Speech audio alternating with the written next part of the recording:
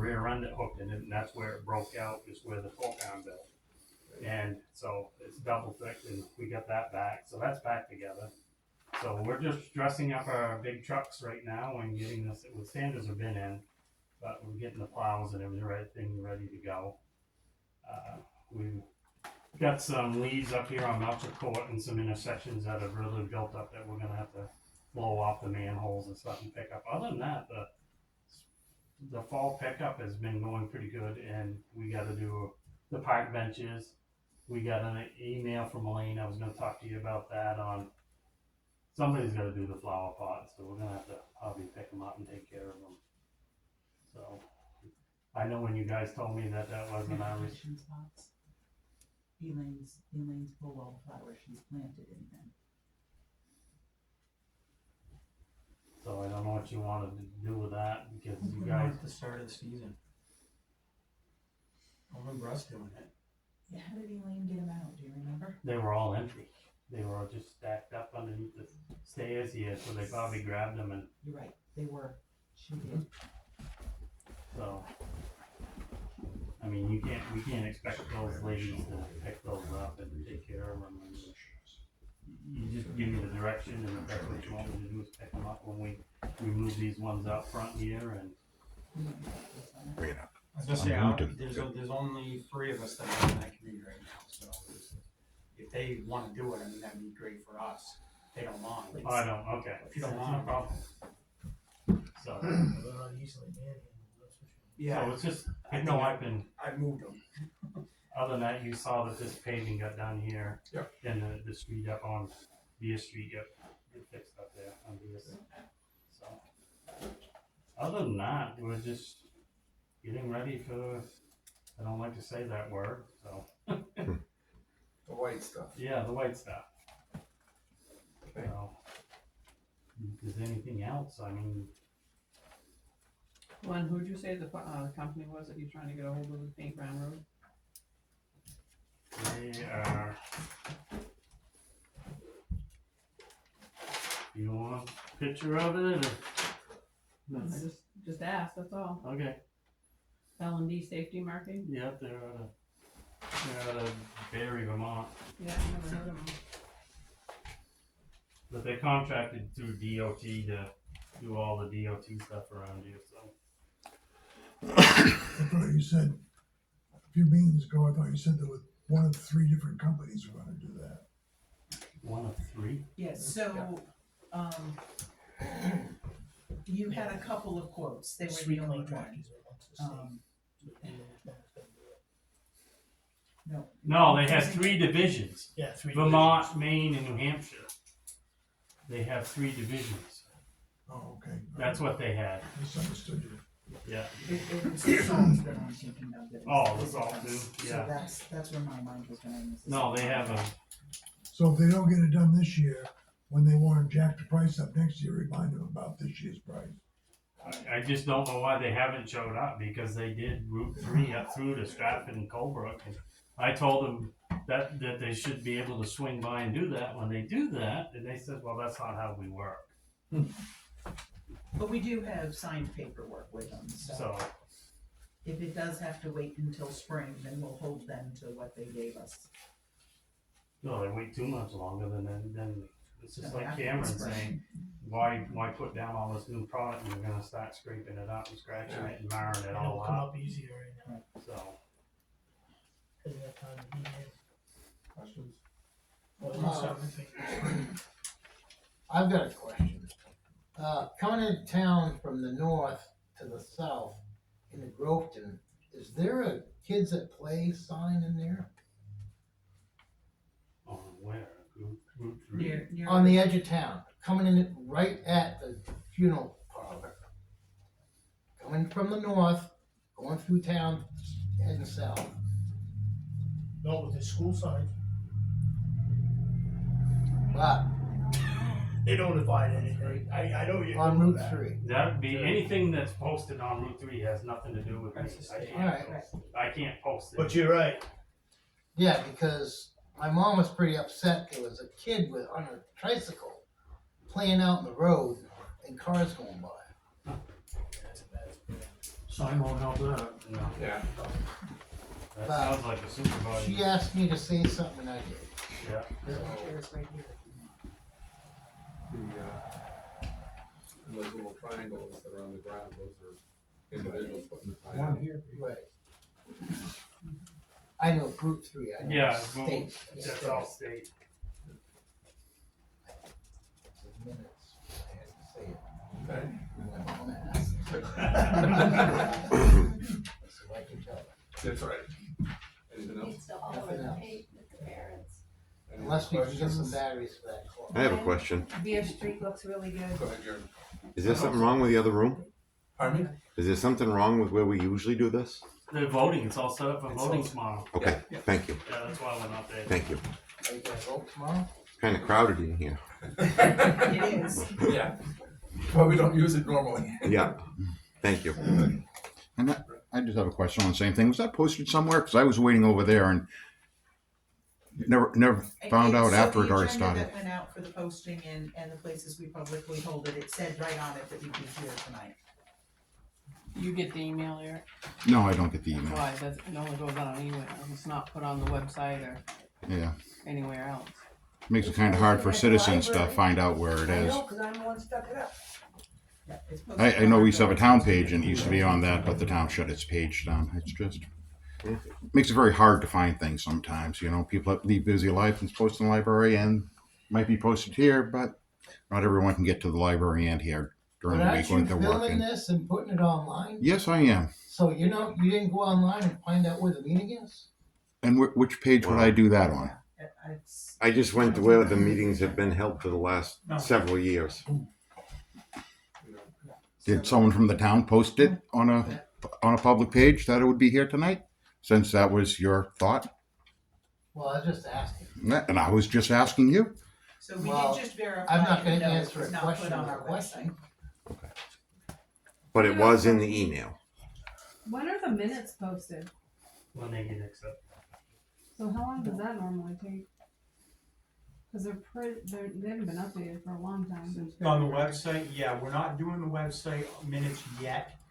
We're building a new website, and once we get the new website, then we're gonna look at how we're gonna do it, because you gotta have all meetings consistently, and that's what we're trying to get going. We What's the look at every other timeframe on that? website in town. They post their minutes, they post their videos. I get them minutes. We always did. All of a sudden, when Liz got done, they stopped. By law, town meeting minutes supposed to be posted within 5 days, and that hasn't happened yet. Since March. Oh, That's wow. why we're looking at a new website, is because the person who's putting them up on the website now is struggling with getting a PDF up there. And turning the minutes into the JPEG is not an easy process, and nor is it easy on the user's end. So that's the main reason that it's not being put up right now. And it's one of the main reasons we're looking at a new website, one that is more user-friendly on both ends. So it takes 9 months to do that. Actually, we just talked with them and just signed an agreement with them a couple months ago. Not even, a couple weeks ago. Yeah, a couple weeks ago. Yeah, a couple Who's the weeks ago. company? It's called Civilly. If they do other towns. Mhm. Yeah, Stratford redid theirs a year ago, and theirs is probably one of the nicest in the state. I don't know who does theirs, but. Okay. So how much longer do you expect before this is gonna happen? So I just actually spoke last week with the company. I went to a conference and they had in the exhibitors hall, they had a booth, and I said, okay, let's move on. They typically like to start with the history page. And the person that I've asked to take care of that page is being a little slow about it. So I've asked this company to skip that step, move on. But that was, it was Thursday last week that I spoke with him. So he just has to go back to his office and set it up and then give us the list on how he wants things to move forward. He says it is typically about a 2 to 3 month process to get it up and running. So that they take it slow and things are done accurately. So not to be facetious, but when I get back in mid-May from Florida, It should be up on it. It had better be up by then, yes. So who's gonna keep it Don't bet updated? on it. Who's gonna keep it updated? So there's going to be 4 or 5 of us that'll have access to be able to take care of that.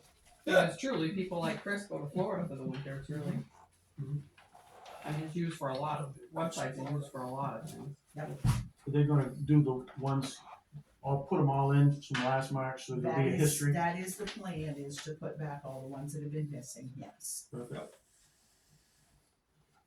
They're gonna bring over about 2 years worth, I think, is what we had agreed on. They'll bring it off of what we currently have, and then we'll fill in the pieces that are missing. Reg, you're up. Well, I just want to remind everybody that we've got about just under 700 letters going out to all water users. Probably next week or so, I would think. I think they're pretty close. Most water users, The reason why those letters are going out is because either we don't know what side of the line material is, meaning we didn't get a chance to get in your basement, or we didn't get an appointment from you, or it's on the utility side. With that said, you got to remember that this is a national mandate from EPA. And what they're doing is what they're saying is that every unknown, they're calling it lead pipes. That's what it's all about, to get the lead out. Well, I'm going to tell you, we don't have any lead pipes in Grofton. We have some Galvy. That's going to be part of a replacement plan. It's a 10-year plan that these things have to be pulled out. We're lucky that we don't have any lead. God forbid if we did find some, I really don't believe we have any from what I've seen and what I've done so far. But the reason why you're getting these letters is because one side of the line is unknown. We need to know over 1,022 connections in Grofton alone, another 26 in the nation. And we need to know what the material of the pipe is on both sides, meaning on the utility side and the customer side to the curb stop. That's an undaunting task. I've been working on this for a year and a half, and I'm lucky enough that I'm only sending out just under 700, which is about 2/3, where other towns, they send them all out, and they're starting to do their work now. But with that said, this is going to be a long, drawn-out process. The letters that you will get, please don't get scared by them or anything else. I will tell you this. If you want your water sampled, we are going to be doing it at free cost, just to make you guys feel better if that's the case. The state has set that up. They're going to pay for it. They're trying to ease out some of the things that the state EPA has done, the feds, because this is just crazy. And then the other thing is that if you have a line on your side that may be considered Galvy, which is going to be considered Galvy, because we got 7 of those letters going out, and at least 7, and those are going to have to be replaced. Now, you're saying, well, that's my line. I don't have the money for it. There's going to be some avenues where the state's going to be offering up some money, grant money, to replace this. Again, it's unfunded mandates, but yet now they're trying to soften the blow a little bit by putting some money out there in the pot. But why I'm just saying that is because I don't want you all, if you get a letter, please read it thoroughly. It's very good information. They try to soften it down some, but just remember, that is a national letter. That's like letters that started all this back 10 years ago in Flint, Michigan. That's where this all came about. And granted, we need to get the lead out of all the water systems. I totally understand that. We're very fortunate up here in rural northern, area that we didn't have a whole lot of lead. And what was done, a lot of our towns took that initiative back in 1971 when the Clean Water Act came out. But that's my biggest thing tonight, and I want it said because there's going to be a lot of confusion. There's going to be a lot of people calling the office, calling my cell phone number, because my number's on there, people. And believe me, I will give you an explanation if you do not understand. I don't want people freaking out. Our water is very safe. We test our water every day. It goes out from bacterial samples every month. Our water is fine. But because of this mandate, they are putting the fear of God into a lot of people unnecessarily. That's my opinion. But that's where we're headed, and that's what we're going to have to deal with. On another note, we as the town, I know of a certain area in town that we have galvy. And we're gonna have to set that up in our budget. We're gonna have to look at trying to replace that. We're gonna wanna get to that sooner than later because that's the other problem. They only got money for 2 years and then they're hoping they get money federally funded after that, every 2 years after that. It's crazy. But we have to put up with it. And we're under these deadlines and mandates. And if we don't, they're threatening us with everything. I mean, right now, the state of New Hampshire DES, EPA, is driving every operator out of their job, including me. I mean, it's crazy. They're threatening. They don't, we don't have enough operators as it is. They're people that we have under us. They don't want to move up into these positions, and let alone nobody wants to come in because they're threatening with jail time. When you say including me, you're not leaving, are you? Right now, I'm really fed up with this. I'm not leaving. Understandable. I care about this town and I want to get this. I just think this is crazy. I really do. But it is. It's taking its toll on me. I'm not going to lie. I'm sure it is. With that said, I had another issue with this beautiful modern technology we call our remote access that controls our water plant. I found out it just crapped out on me 2 weeks ago. So Bart and I couldn't have access because our phone's updated. Keith didn't.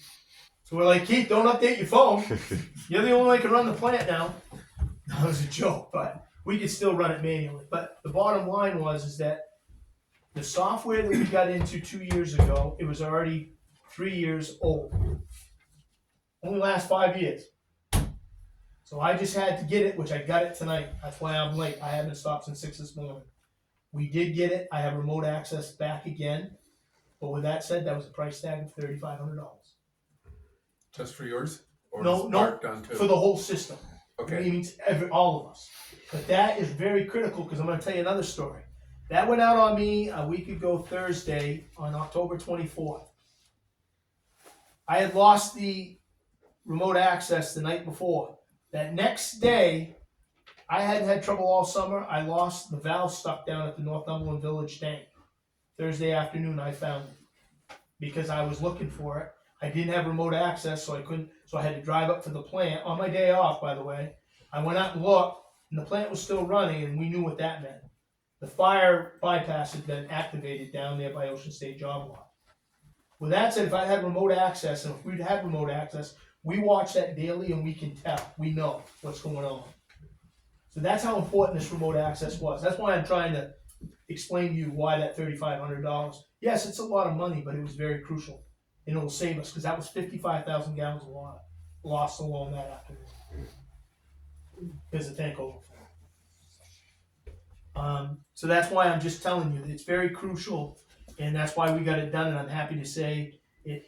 We lost it, like I said, the 23rd. We have it back tonight. That's pretty darn good turnaround. And I've got a heck of an engineer, and these guys talking a whole different language. I'm trying, and Bart and Keith, they were working with him on the phone tonight, putting this stuff in there and taking directions well, but I don't know how they were because the language was gibberish to me. I mean, it was crazy technology, it's crazy. But we got it. So that's what I had there. The other thing was the Hill project. I got a recent email today. I think you got it.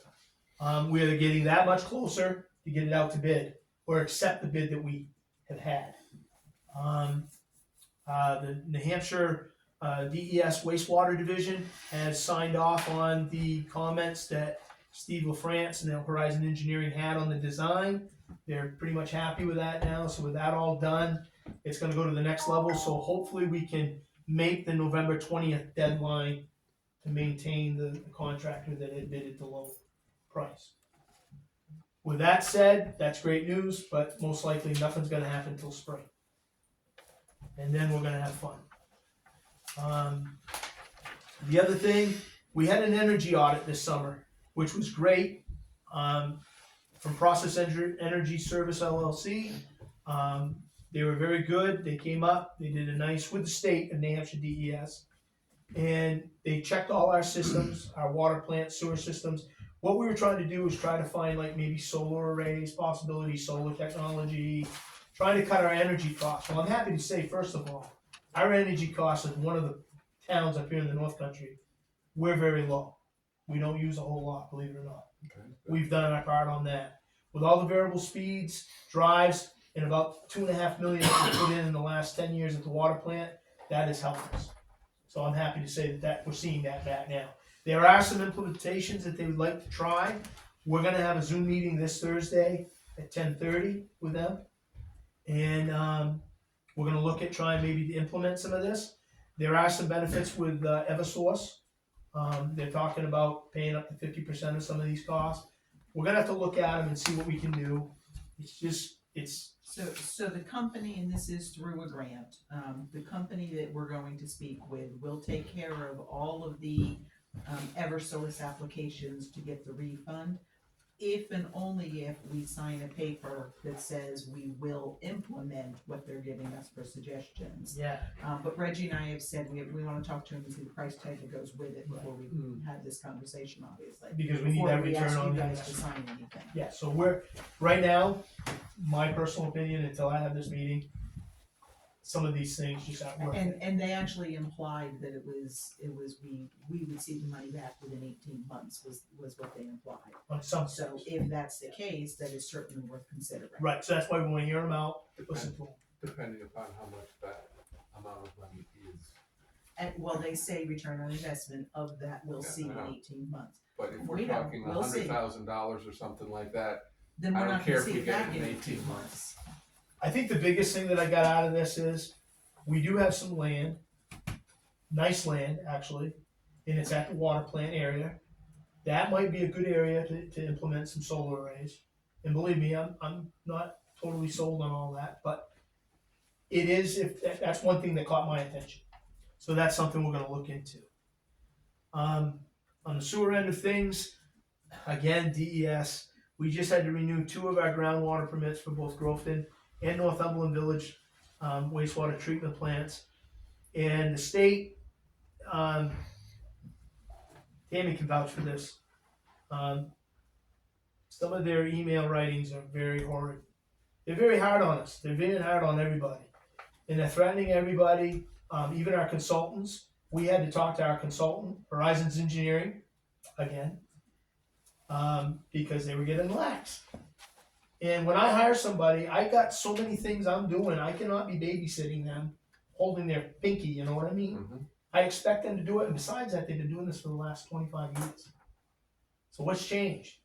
And I got this whole song and dance, well, we got all new people, we don't have that well-gelled team that we had, I got this person that used to do this, got that. I'm like, I don't wanna hear it. They're not gonna hear that. We've got mandates we have to meet and deadlines. That's the thing. So yeah, it's really getting to me. It's really it's upsetting. And like contractors, like Glenn said, he's been dealing with them. Right now, I'm after them to try to get some things done that are mandated, and I'm having a hard time because everybody's swamped. Because it's not just Grofton, it's everybody. So that's what I'm dealing with there.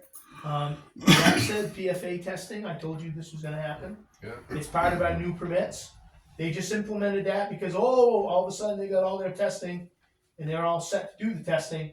So not only am I gonna have to get my rowboat out, we're gonna have to get sludge out of those lagoons down there because they want sludge samples. They want PFA samples of that. They want PFAs of the influent and effluent samples, plus my Northumberland Village. Well, I don't know where we're gonna get sludge down there because we don't have sludge, but that's another story. So anyways, I'm trying to get that done, and that, by the way, that's all gonna be done this month. Sure. On top of everything I got going on. So, yeah, we're gonna send him out with a dredge. Get him some hip waders. But no, I'm not trying, but it's a hassle. I mean, putting these girls under all this pressure with all these letters, everybody's working hard. And they have no thank you, no, it's just like, yeah, your deadline's here, you gotta meet them. So there's a lot more to this LCR, those letters, which if you do receive one, I hope you don't, because that means that we're looking good on your end of things. I wish I had that on 1,022 others, but I'm happy to say I'm glad I started way back when, because some towns didn't. And now they're gonna be in a lot worse shape than I am. But that's my state of affairs. I'm spending more time in front of a computer at my desk than I want to right now. I mean hours. even weekends now. Trying to do stuff on the weekends when I get a chance. And it's just because now, they said this, they said that your chief operator would eventually be administrative only. Thank God I've got Bart and Keith. They are doing a phenomenal job, and Bart has been a God savior to me because he's knows a lot about on the water end. He's gonna help me out with this LCRR. So if people do want samples, he's gonna coordinate that. I've got all the paperwork, got the bottles, got everything set up, so he's gonna have to take a load of this, and we're all gonna have to start doing more work. So I'm just trying to say that 3 guys, I knew this was coming, and I'm glad I've got 3 guys I got right now, including me, obviously. Because it's crazy. I mean, Tammy's seeing it because I have to have her sign off on a lot of this stuff. So that's where we're at. Rich, can I ask you a question? Sure. You said you're under all these deadlines to find out what pipes are in town. Yep. You need to know what kind of pipe is on both sides of the curb stops. Correct. And if you don't get in somebody's house, you have to assume the worst. Is that correct? No, well, right now we do, yes. And so we have to assume the worst on both ends. So EPA says until we can definitely say what's on either end, we must assume that it's lead. Yep. So what if you can't get in somebody's home? Well, this is the thing. You know, that was all, people don't want you in your home. Right. You know, I get it. But we have every right to go in a home as long as you have a meter. We're supplying water. Okay. So somehow we've got to get in your house. Okay. I'm not having really trouble with that. My biggest problem is that we're a bedroom community. Everybody works all day. Yeah. They're gone. They're trying to make ends meet. They're not home. So you're going to be having meetings with homeowners at 6 I got to o'clock set at up night. appointments. Yeah. We're going to have to work, whatever it's going to take to get in there and just get a simple picture. Yeah. I just need a picture of what's coming into their basement. 99% of those, that'll help me on that end. You don't want to hear the other end. The other end is if I can't find records that show what is on the utility side, we have to dig. We're digging holes. We're digging holes. And the sad part about that is we're digging on people's lawns because that's where the curb stop is. Yeah. Why I'm saying that? They both meet there. So I can get both of them. But that takes a lot of time. We're messing up lawns. People don't want us digging up their lawns. Well, not only that, you're getting into the season where you ain't going to be digging up Well, that's lawns. the thing. So we do have quite a few years to get this Oh, done. okay. So thankfully, it's not a get it done within a month or two. No. We have 10 years in Okay, which to good. get an answer for everything, but obviously the faster we get answers, the less expensive it is on the water users because all these letters were required to mail them in the meantime. Every year. There's Oh, a lot every of year. reports. I have to. Yes, every So if year. I had 700 this right now, come next July, if I'm still at 600, 600 more go out. Yeah, same letter or whatever. Do you know how much stamps cost right now? Exactly. 74 cents. It's called Yeah. government harassment and job security for the post office. Isn't it 68? 74. Go ahead, Aaron. And I just have a question. It really is going up. Until you're done. Okay, go ahead. I just have a question. You said you're sending out letters. Can you put in that letter to ask people to take a picture of their meter for you and the lines coming in? Well, and you I can want to verify say it that this, way? and believe me, I'm not being facetious here when I say this. I've been sending out notices to all your water users in your bills, and I've asked, please get a picture or set up an appointment with me with my phone number. People were calling me. I'd go. Some people, they don't want me in their house, Yeah. and I don't blame them. No, you're pretty shady. Oh, Yeah. Well, I just know I just got my last water bill personally, and there wasn't any letter asking No, or notifying. So we did. that's, We've done it the last 3 billings. Yeah, we did not do it this billing, you are correct. We No. did not do it this 'Cause billing. I'm sending the letters Because we out. knew the letter was going. okay, so you're doing it separate then? Yes. Okay, thank you. I appreciate that. You only send it out the letters to the people that you haven't inspected yet. Correct. Well, it's going out to somebody that we don't know either end, remember? Right, So- it could be so on their even end, though- could be on the utility Even end. though we have a picture of yours, because you've allowed us that Right. picture, you still may be getting a letter because we might not know what's on our Your side. utility side. Or take my lawn if I don't care. But that's why I wanted to say that tonight, because because you're getting the letter, don't think that your line is bad. It could be my line too, you know? And like certain streets, like I know I live over on Brooklyn Street. Yeah. a few That's years. all new. Right, I was gonna say, that's all new, so is that gonna have to be Well, effective Eric, too I and don't looked think I've at? been to your house, cause I don't know what your line is. I don't know. Maybe I have, I don't know. Right, I'm not But expecting I you to can say tell I you know that where your it's house is. CTS up to the curb. Right, That was all done with CTS. I had that all in my prints. I had that all. That's what I'm talking about. right, and were the lines inspected when you hooked up to the line going into the house at that time? Well, what happened is that the contractor at the time, I'm not there babysitting them. Right, So some of that stuff I didn't see it. And some of them, yes, they did. Some of them I did, but there's a few on Brooklyn Street I still got to go get myself. The other thing I'm doing with this, because I have to do this and it's such a pain in the butt, I'm doing this for our purposes. right, My replacements. Back in the day, and I'm talking just 17 years ago when I took this over, I didn't have pictures of lines. I didn't have I had ties off and stuff. But what we're doing now is when we get those pictures, we've got them right for your address. So if you called at 15 Brooklyn Street, just for example, then we could look up in my system and we're going to find 15 Brooklyn Street and hope we got all the information right there. and we're gonna be replacing all the water lines and sewer lines up on the hill, right? Correct. Well, No, No. not all. Not the water lines? Well, okay, let's put it, we're gonna be releasing a large majority of lines up on the hill. correct. And that's what I'm banking on to help me out this summer. Right, so it's gonna be in the contract that the contractor must take a picture of it and document what kind of lines go into the house? That would really help us out, and it's not a big deal for I them since agree. they're cutting and doing it anyways. And you know what I'm going to be pushing for, because some of my Galvy lines are up there. We got to talk about it, budget time and stuff. But like I said, they've got programs out there right now. We need to try to implement some of this money into that project right now.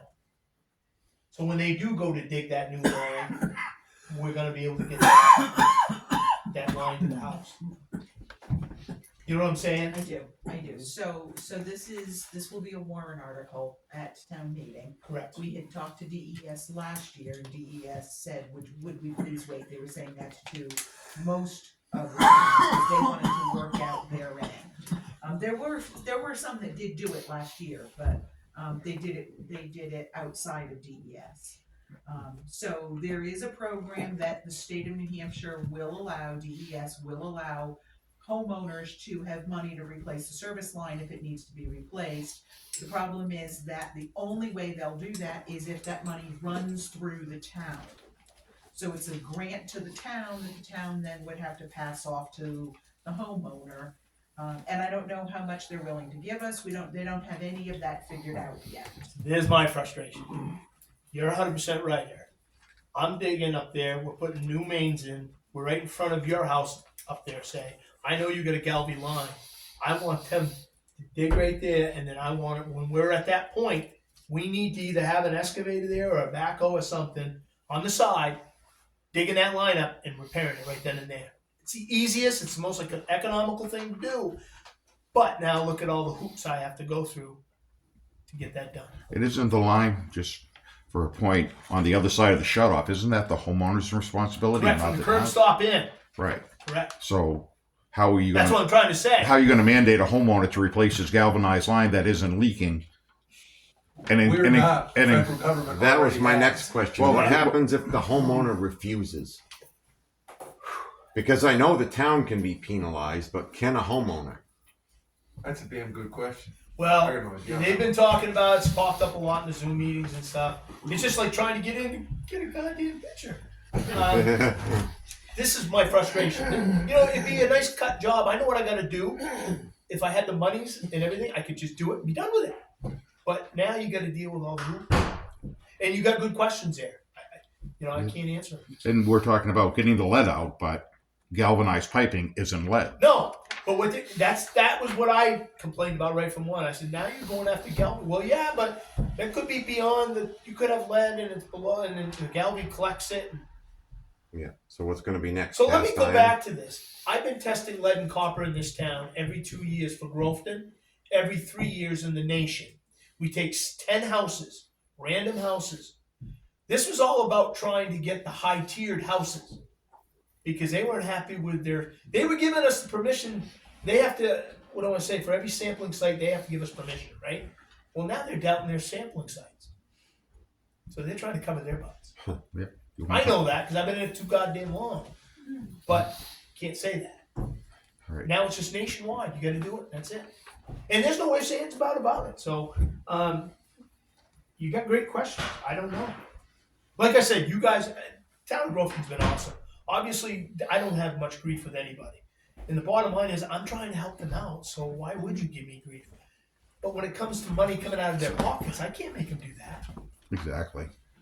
Well, and then you said there's going to be Right. money available to them Yes, there is. if So they choose to accept there is, it. and there's programs, and we're going to go over that. There's some good grant monies out there and stuff, so we need to get into that. But the thing that bothers me the most, and Tammy can vouch for this, is that the Galvey thing of things. I got to get this all done within 2 years because they don't even know if they're going to have money after these next 2 years. They don't even know they're going to get funded. They know they're gonna have money for lead, they don't know that they're gonna have money for galvy. But they're mandating it. And they don't know if they can fund it. Correct. There you go. Push it on the little guy. So that's where we are, and it's not fun. I will tell everybody that we're very fortunate. Our water system is probably one of the best up here in the North Country. I will say that, and other operators I've dealt with just down the road now, they'll say that we're in pretty good shape compared to some of them. So I just want people to not freak out over this because they were all saying it's going to scare people. It is. They're scaring people for no reason, especially people that got young babies in that because lead is a very crucial thing. Oh, it's going to create a panic. It is. Yeah. But I want you to know, I've tested all the water for the schools. I've tested all the daycares when we had many daycares in this town. I've done that in the last 7 years. Everything's fine. So we don't have lead in our system. I'll tell you that right now.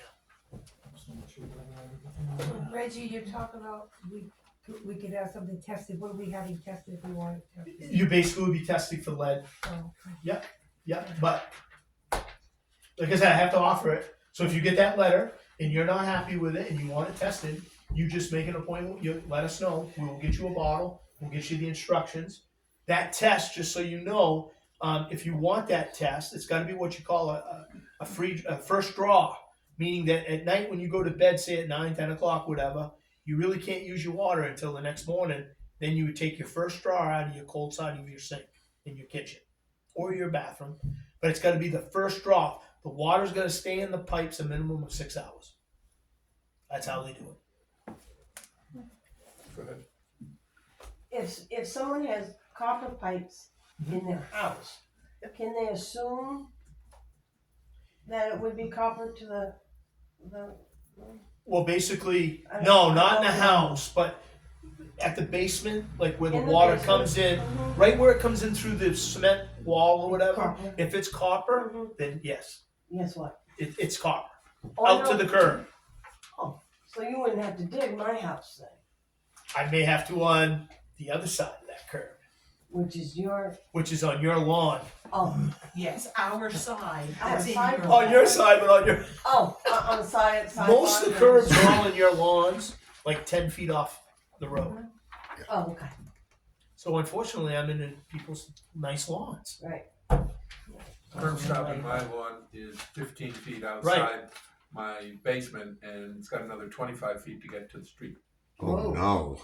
I don't. I know. got no idea why the curb stop was put Well, there. because you walk the Wow. water lines right going across your lawn. That's going to be an awful trench. And I know some of them curb stops where you shut the water deep. off are very deep. Because I know the one at my house, I watched them cut the line and put the new one in. It's 15 feet down. It is down there. When they were standing in the hole, they were. But see, if I can get in your house, or if you could please give me a picture of that line coming in your basement, Eric.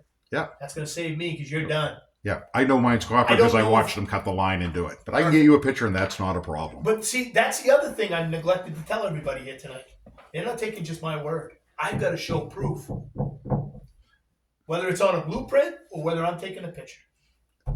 All this work that they're mandating, if you've got to go all over this town digging holes, is this federally funded or are we paying for this? So there is limited Now- grant money available to do that, but the problem is it's built within the state budget and so grant money's passed from the federal government down to the state's budget decides how to spend that.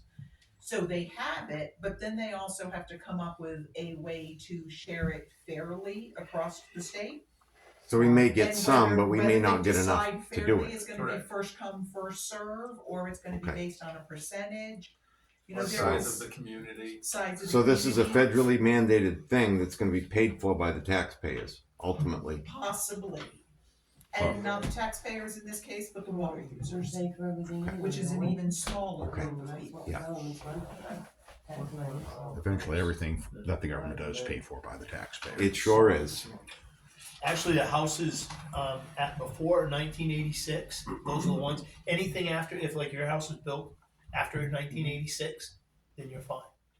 But you're right, anything before 86 could have lead soldered copper. Right, yeah. It's not my problem, but they're saying it is now. Oh, boy. On your side, on the homeowner's side, they're saying it's not safe. That's why we do lead and copper now. So if you look at something and see that it's copper pipe, how do you know that it's not lead soldered? Yeah. I don't know. I'm not going through your house. Pretty easy test. But that could be determined when you do a water draw. It would show lead. What I'm trying to say is if you really want to have your water, then just let us know. Yeah. And that'll tell you. Yeah, I personally run a water filtration system in my house just to doubly be sure that my water's safe to drink. Yeah. Even though it's coming from the So town. that wouldn't be too much good for me to take a sample from your house. Well, I have a separate spigot that I draw my drinking water from. But you're right. That's a problem too. If you do have a filtration system in your house. Right. Norm, On my line coming in, I put that in 73. I think it was Jack people, I'm not sure. Come down, whoever it was came down and took pictures of that.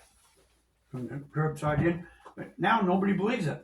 Well, all I need to do is take a picture again now, Norm. Because No, 1973, but I mean, that was a dig a hole in Polaroid, it. and I don't have any Polaroids around, I can tell you that. I don't. So, I don't know what Jack Peepaw did back then, but he might have taken a What I'm saying, you Polaroid. gotta He was a dig a- very smart guy. You gotta dig a hole in my yard to, No, if you can tell me what's on your side, I know it is, copper, 3/4, I put it in. you know what, 99% of everything, I know that too. But I need proof. They don't believe me. So just wouldn't myself and look at that. Where it's 3/4 coming up coming in, where you know, below your meter, where it's coming right up in, Yep. just take a picture of that. That's gonna help me on your side. I almost Then I gotta did do that. my You got side. that, right? What's that? I probably do know. The picture, yeah, Yeah. okay. And Reggie, what's your email address? Because I'm going to be posting this online, and then people who see it could Well, take like I a said, it's take a gonna be picture. all, it's all on those letters. It's all going to be in the letters. Oh, yes. All right, appreciate that. go ahead. So if I took a picture of my line, I think you have already, haven't you, Deb? I don't think I did. Okay. So I got PVC packs, and I know that it goes all the way. So can I tell you that I know? Actually, I think I got prints on yours because I helped Tommy do that. Okay. That comes in off the back. Yeah, Yes, that one does. We did that, yeah. Yeah. Okay. But if I do need anything, I'll let you know. Okay. Thanks. I think you're one that I have. Okay. See, that's the other thing too. If anything's done now, I want people to let me know because we go and we take pictures and we document everything now. They never did in the past. I hate saying that, but they didn't. No. I don't have much information on sewers. Sewers is a big deal, but I have ways of testing for that now. You know, I've got a line locator and I can put a metal rod up in there, I energize it, and I can find it. But Jesus, I don't need to do that right now. Sounds like you got time. Yeah. So Reggie, on mine then, I sent you that picture of it coming in. Yeah. That mean I'm not getting one of these letters? It could be on the other side, Noah, is what I'm thinking. Yeah, you may get one. That's what I'm saying. I can't. I don't even remember. I had over 1,022 that I had to, and I didn't get to all of one side or the other. I got to in the basements of some people, or I got information from those that got the letters in the bills. But I still got to go through some of the blueprints to try to find out what. You So take in other like words- Route 3 there. That was done in 1970. That's AC pipe down through there. Yeah. I can guarantee you it's probably copper, but I don't know that. No, but I put it in. There was On no your water side. there. Yeah, on my side, on On my your end. side, you're good. The town put the water across the road up here and then came Yeah, down. and I'm sure it's copper. Yep. It's yeah. sleeved because it Yep. went under a state road, Yep. but I have no documentation. Yep. See my problem? Chris, you had your hand up.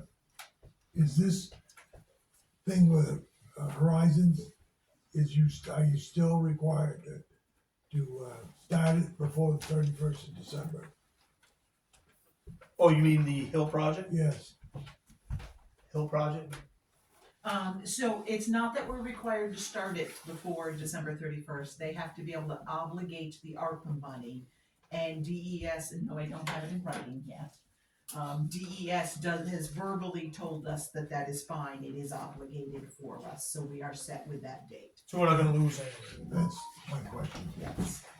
Question, the problem you had, you said, what, Northumberland Village, because of something that Ocean State did. No, at that connection. He didn't point a finger. No, because I don't know what caused that. I still don't know what caused that. Okay, so. I did have somebody go in and check well, that's where it is. The pit's right down there. Oh, okay, I'm just saying where the pit is. It's actually in front of that, the pit stop, co-op pit stop. okay. That's where that pit is. And yes, when that happens, it sometimes is when they do their sprinkler test. It caused that. But I will say that I had two of my guys go in the next day and just say they needed to check something to see if there's new tags, and there wasn't. So I'm thinking, I do investigate these things. Okay, just wondered. Because it makes me wonder what caused it. But we've also seen stuff get in there and stick. Because that valve comes on every night Okay. like from 2 o'clock in the morning to 4 a.m. That's when I fill that tank. And once it opens, if it doesn't close completely, then it'll do that. Okay. Reggie, you said it wasn't the job lot? No. Have you looked at the other buildings in that building? Oh, we do, Because yes. something Yes, is we going do. on in the old liquor Well, store. they have, oh really? All the ceiling tiles are down on the ground. Yeah. I don't know what's going We on shut that there. water off Okay. a while back. Okay. Because they ended up freezing it, and they didn't even know it was there, and they Okay. had to cut that. So that one I know is off. But on the other end, the old dollar, whatever that was. Actually, that's the one, the Cheapo Depot. That's a big. Well, yes, we did get documentation of that. So, and they have a fire alarm system in there. Well, I don't know if the ceiling tiles all washed down or Oh something. no! That was I got called in on that. Now, you remember that polar vortex that came through a couple years ago? Went 50 below, and we had that strong wind and all that. Oh yeah, they froze up. It was like Niagara down there 2 days later. All right. Yeah, because I got called in it. Somebody's doing a bunch of work down there right now. Yeah, I don't know what's going on.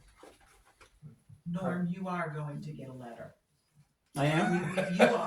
We have unknown on our Yeah. side. On our side. Left out. So you're in the list that says unknown on our side. And that's So just you'll get because a I letter haven't for been that able reason. to investigate it all right now. So we are going to dig your lawn up, Norm. Going the other way. Actually, it'd be by your This mailbox, is right? that way, not this way. That's right. Any other questions? No? Good. Requested agenda items? Matters, nothing? Okay. Town administrator business. You're up, Jan. All right, assessing. So a lot of towns in the North Country are having the same issue that we've had, that when the RFPs for assessing went out, they're getting back 0 responses, or thank you, but no thank yous. So last week, week before, a bunch of towns from Coas County got together and we discussed the situation. And one of the suggestions that was brought up was to be able to maybe do a single RFP for the majority of the towns in Coas County. But in order for us to do that, the board needs to tell us whether or not you're on, if you're okay, if you're on board for this, for us to be able to go this route for this town and join that RFP. I'll make a motion to join the RFP. I'll second it. Discussion? What is this RFP? What is that? Request for proposal. Oh, okay. In other words, to do a joint one with the other towns. What do they need? What do we need? Gather information on that, and then send that out and say, hey, this is going to be 8 towns, 9 towns, 12 towns. Because I think there were about 12 towns or a little bit above that were in attendance. And do it jointly. And oh, by the way, if you like this, maybe open a satellite office in Coas County someplace. So that your people can work out of there instead of driving from, because we're looking at sending it to outfits in Maine also, because they probably can get licensed here in New Hampshire because their rules are similar to ours. And rather than spending like the guys down in Concord in the southern part of this state, 2-3 hours to drive up here, or longer to get to Pittsburgh and stuff like that, to do their job, and then the same amount of time to go back, that doesn't leave them much of a day left to work. So how about assigning somebody to actually live here, work here, and if we need to find office space, if there's 10 towns, we'll see if some towns got office space that can be donated, work there, and you've only got much shorter drive time to get to anybody that you gotta look at. And you're waiting to ask a question. Is this just looking for a new assessing firm? Yes. Yes. That's all it is? Okay. The only one we've got now, which is CMP, they're doing our pickups only this year.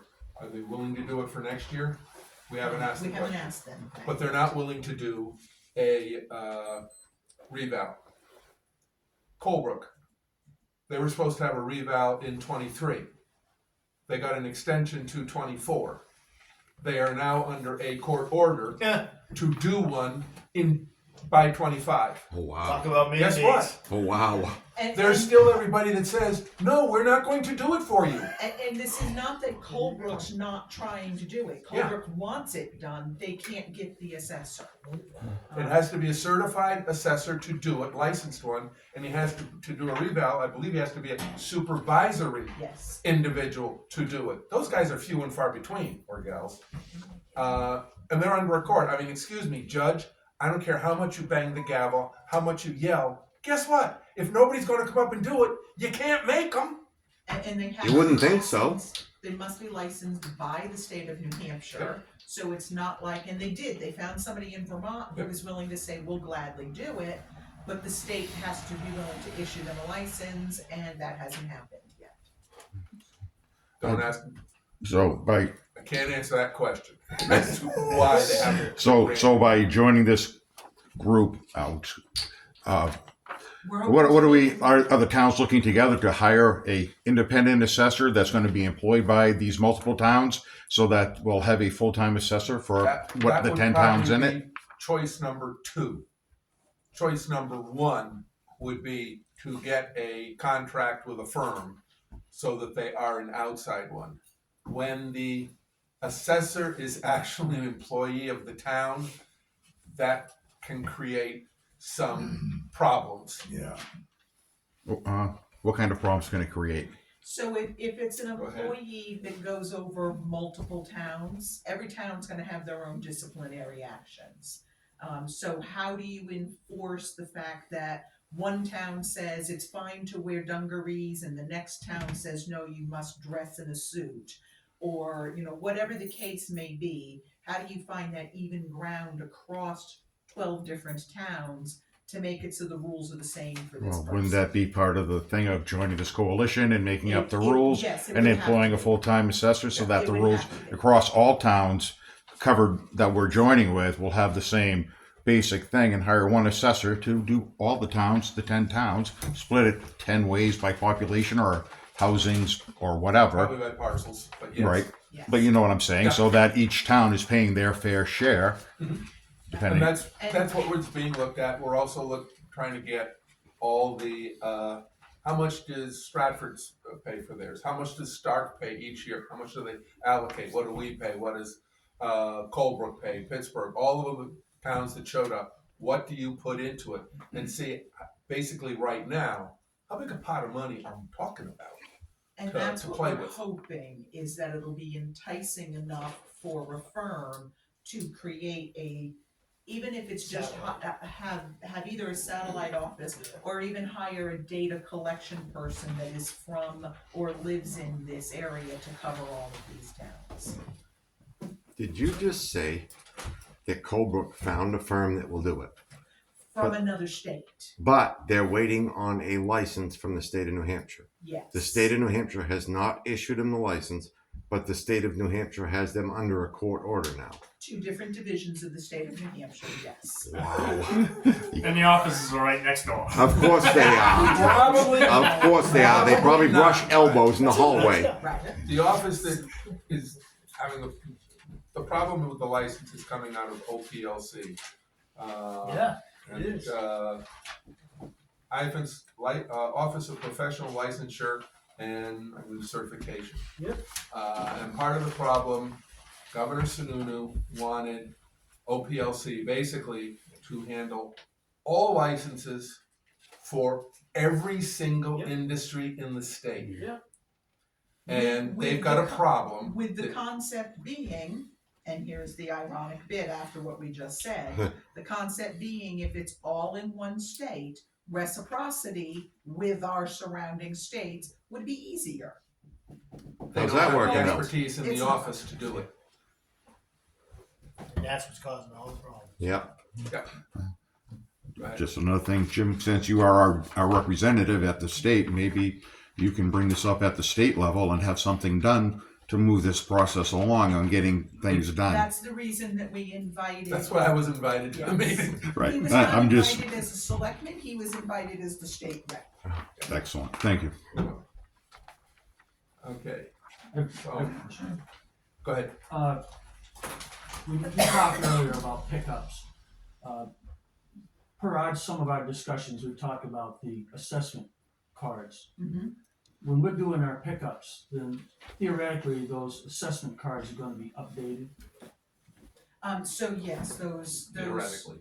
cars So until should this, have been until updated this with every happens, pickup. yeah, until this happens, our assessment cards that are incorrect are gonna stay incorrect, Until somebody else looks at it. all right? And then, If, we use if these. they're incorrect, yes. Okay, and, but we use these assessment cards to generate a tax bill. That is correct. So if the information on the assessment card is wrong, we're not getting a proper tax bill. Am I close to being correct there? No, you are. That would be, yes, that is a All right. logical follow through, that if the card has incorrect information on the assessment, then what we are billing is also being billed on an incorrect valuation, yes. But if an abatement was filed and accepted, Other way around. Will that just carry? Other way around in what he's asking. Yeah, because I So, mean, and- what I'm and looking at, yes. there's a whole lot of people that don't have the right abatement information, and they're not getting a tax assessment that is reflective of their property. Therefore, they're not paying as much taxes as the rest of us are. And revenue is revenue. We're all sitting here and we talk about the same thing. Where are we getting our money? Well, let's get everybody to pay their proper share of the taxes. Yes. And if this isn't gonna happen for another, it doesn't sound like we're getting in bed with any provider anytime soon. So everybody that doesn't have a pickup by the time, whenever it has, So they got the same bill they got last The year. hopes are, so the majority of the towns, two of us at least of the towns that we've discussed, Colebrook and ourselves, we're looking now because we know we don't have a contract. The remainder of the towns that came to the meeting, they have an assessor through December 31st of this year. Then they have no assessor. So, you know, we're basically all in the same boat. So we are all looking to have somebody by spring if possible. Because one of the towns that came, that wasn't Colebrook or us, their reval year is next year, and the assessor is leaving December 31st. Yeah. He's retiring. And they've already tried reaching out to the state to say, can we have an extension, and the state Other says, profession "No, going to not help. yet." Yeah. Sounds to me Bottom like line I is need to go to there's a lot of assessing revenue school. that's not being picked up on, is what the point is. Yeah. There's a lot to it. I'm sure there is. Beck does a good job. Yeah. Well, Liz is going to school Oh. for it right now. Nice. Motion's been made and seconded. No other questions? All those in favor say aye. Aye. Opposed, nobody. Okay, permission. Yep. Alright, so, nuance ordinance, this is something No, that that, says nuisance. and it does say nuisance, and nuisance would be correct. And that is something that the, PD had given us and we forwarded you guys. So, come on in, guys, you guys talk about it, not me. Hi. There is a hole over here. Sorry? That's- There is a hole over here, that's easier. stuck in it. You coming in? Hang on. Small romance. Did you see it already?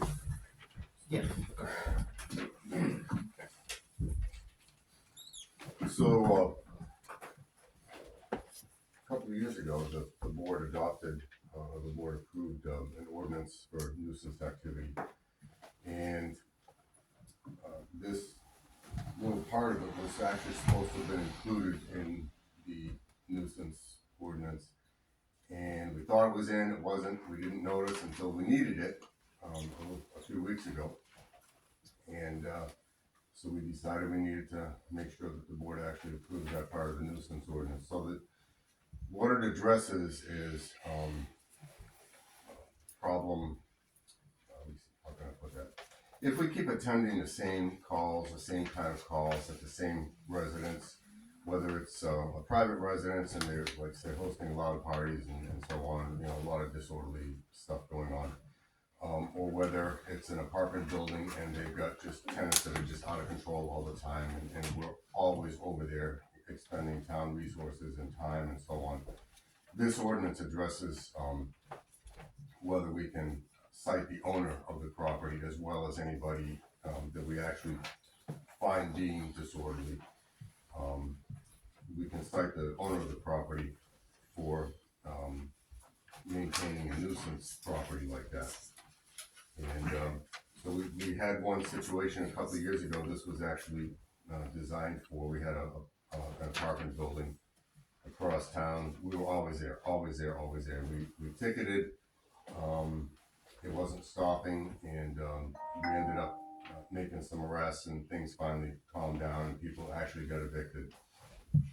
But we had also given the owners a heads up that we were working on an ordinance that was going to be holding them responsible for that kind of activity, seeing as they weren't doing much at the time to get their tenants, you know, to get in line. So, like I said, when we submitted the original nuisance ordinance to the board, we thought that was in there. It wasn't. It was inadvertently missed, and so we're asking you to add it in tonight. Questions? Yeah, I'd like this new part of the nuisance order to be read into the record so that we, the people, know exactly what's being proposed here. Okay, I think this is the, I'll call it the ticket. Okay, the citation. It's gonna go warning, no, up the top, warning, no fine is being issued, or the next box to check is you must come to court at 10:00 a.m. on blank for a day and year to answer this complaint. Okay, then a place for the undersigned to complain, what took place, where, last name, first name, middle initial, address, height, weight, hair color, eye color. Did violate the following town ordinance, the ordinance offenses, disorderly actions, noise, 1, 2, 3, A, and D. I'm not sure what those pertain to. Yeah, so that's actually the summons that somebody would get.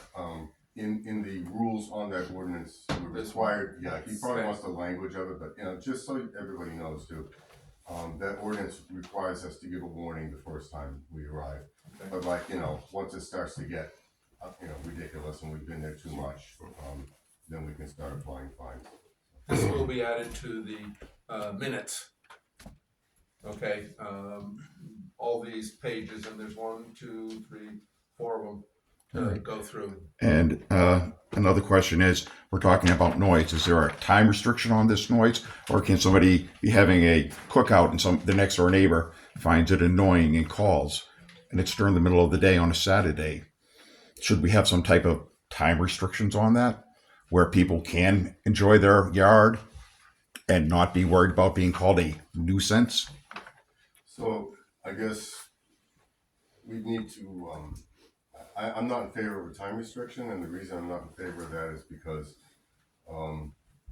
some people still work shifts. You have a lot of people in healthcare who work shifts, and I mean, when there was a mill here, same as in other towns, you know, you had people that worked during the night, and so it's, I think, you know, it's one thing if you've got a backyard barbecue and your neighbor's just being difficult or something, and we show up and it's just a backyard barbecue. I mean, we can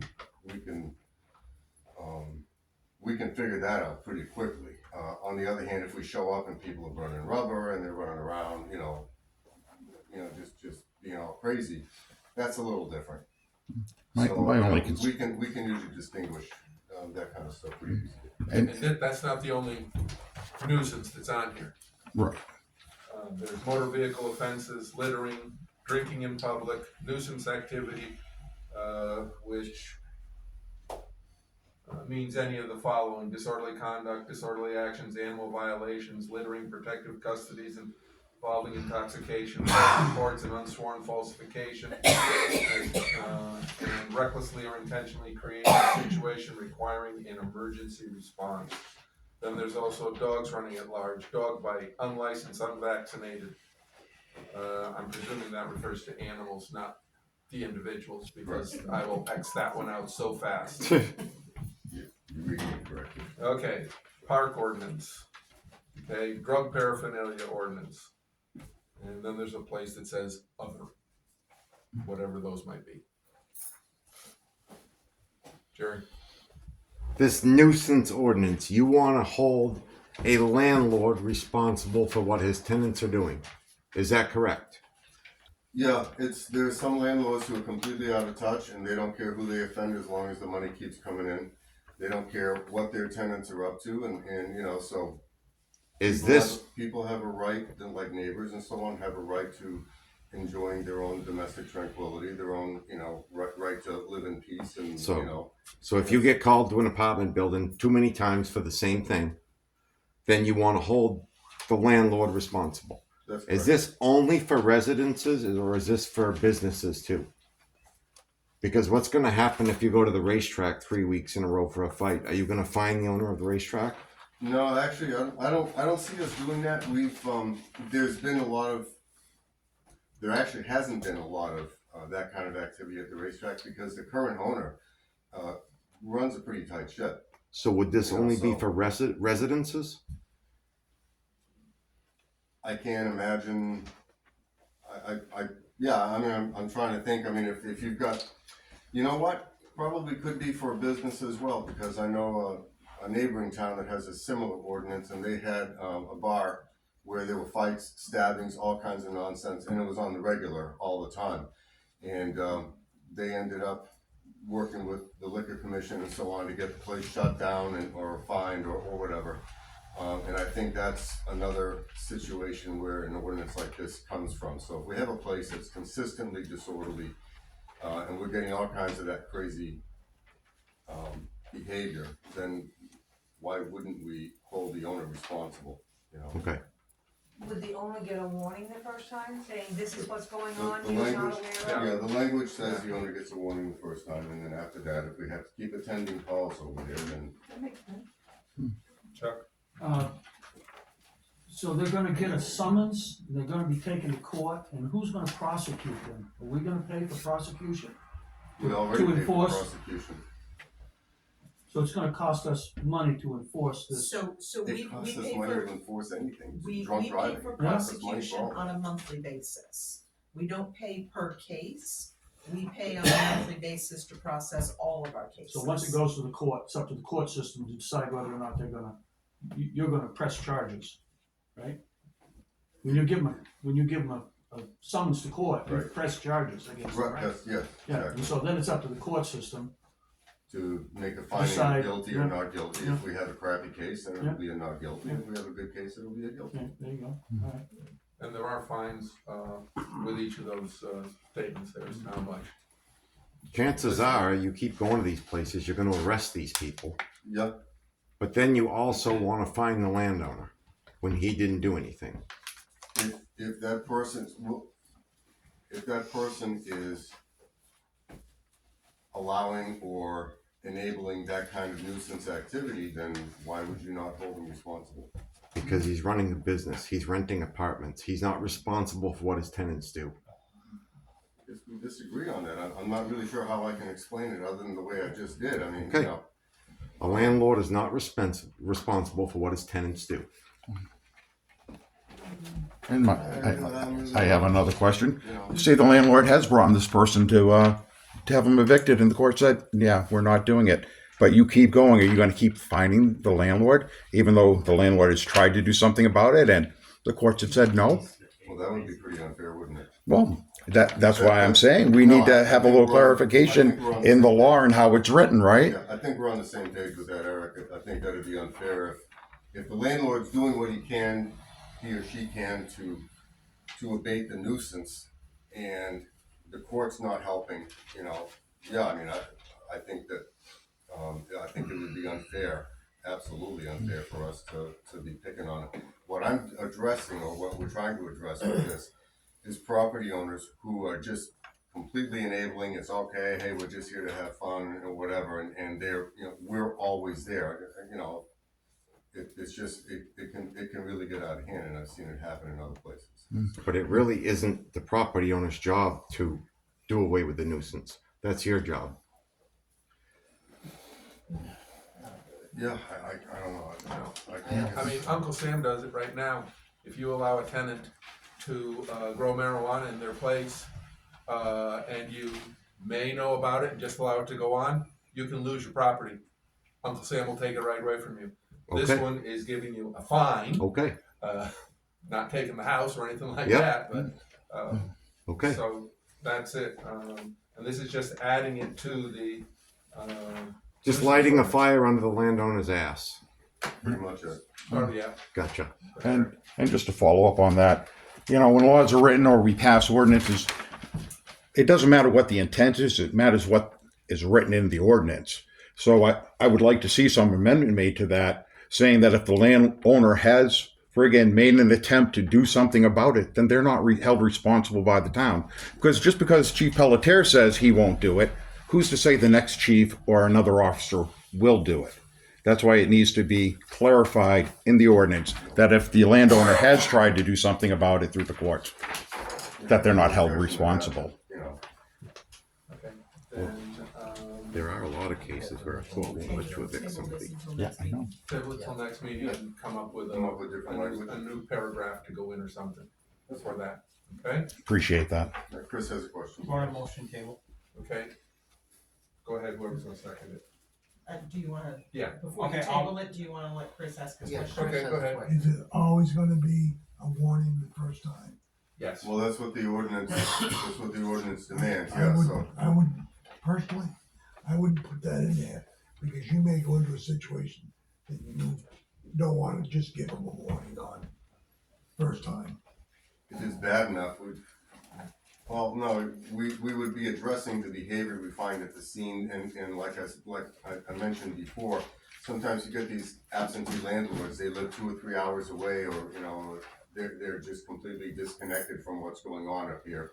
The only thing they care about is the ducats coming down, you know, through the mail or, you know, deposited into their accounts. So that's why this is directed at you know, people who are just enabling and allowing this nonsense to go on. I disagree with you, Okay. but that's all right. If you wanna do it that way, I just hope you don't get into a situation where the first time is just a warning and it should be an arrest. Okay, yeah. Because if you write it in there, first time's a warning, you can get out of hand. Are there a lot of instances in town where this would help? Do you repeatedly go to these same places over and over for the same things? No, we had one place on the hill that up until recently we were going to, and Okay. you know, but I mean, that's the second time in the last probably 3 or 4 years anyway that we've had to deal with it. So it's not a common thing. It's a pretty rare thing. I don't know, we used to have one over there in Odell Park. Yeah. I'll make a motion table this till next meeting. Okay. Motion's been made and seconded to table this. All those in favor say aye. Aye. Aye. Kathy and Brian. Opposed? Nobody.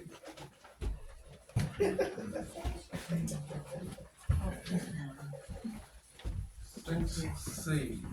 You gotta watch We've those got things an we don't like. abatement for.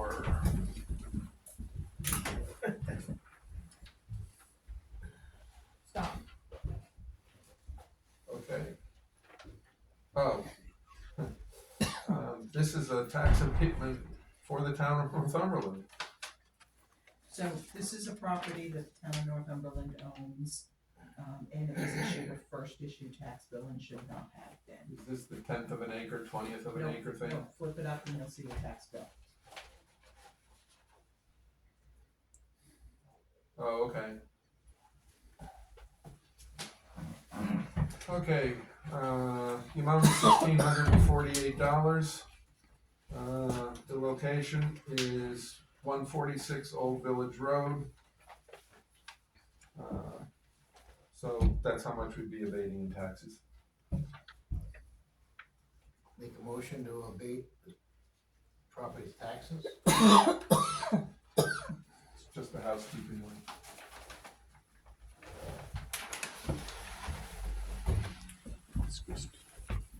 Jim, where are we talking about on Old Village Road?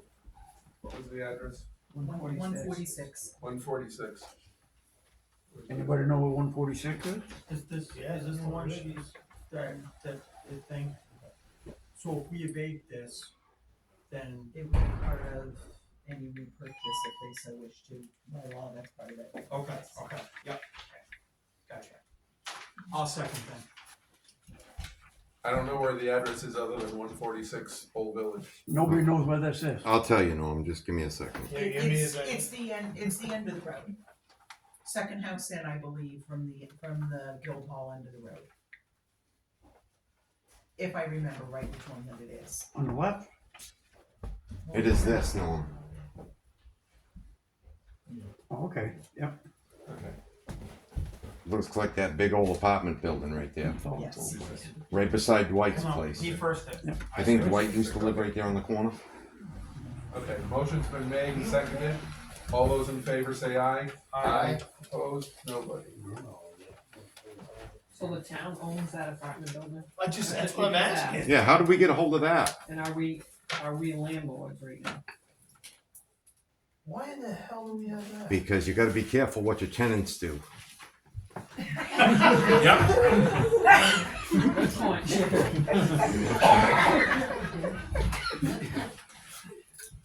Alright, so, Avard has reached out, I just wanted to make sure you gentlemen received the email we sent. They are, and I forwarded it to you, Friday. Yes, the gas sale. They are entering into a contract Oh, for yeah, gas sale. Wow. Al's got some more That's awesome. information on it if Bet you I'll wish find to out. have it. Alright, about 10 months ago, the district made a motion to sign a contract with Northern Biogas to collect the landfill gas coming off of the landfill. Currently, the district is flaming off 2,000 cubic feet per minute of mostly methane. I mean, the burners are this big, and there's two of them, and they look like jet engines pointed straight up. The contract with Northern Biogas, there was a whole series of people that did put in bids, and this is very complex. Very, Yeah, it was 59 pages long. well, that's the contract on this one, but there were other companies, local companies and companies from France, pretty much all over the place. And so what happened was the district paid for CMA engineers to go through and convert all of the proposals to a common denominator and rank them as to what it was. So, and then the district made the decision to go with Northern Biogas.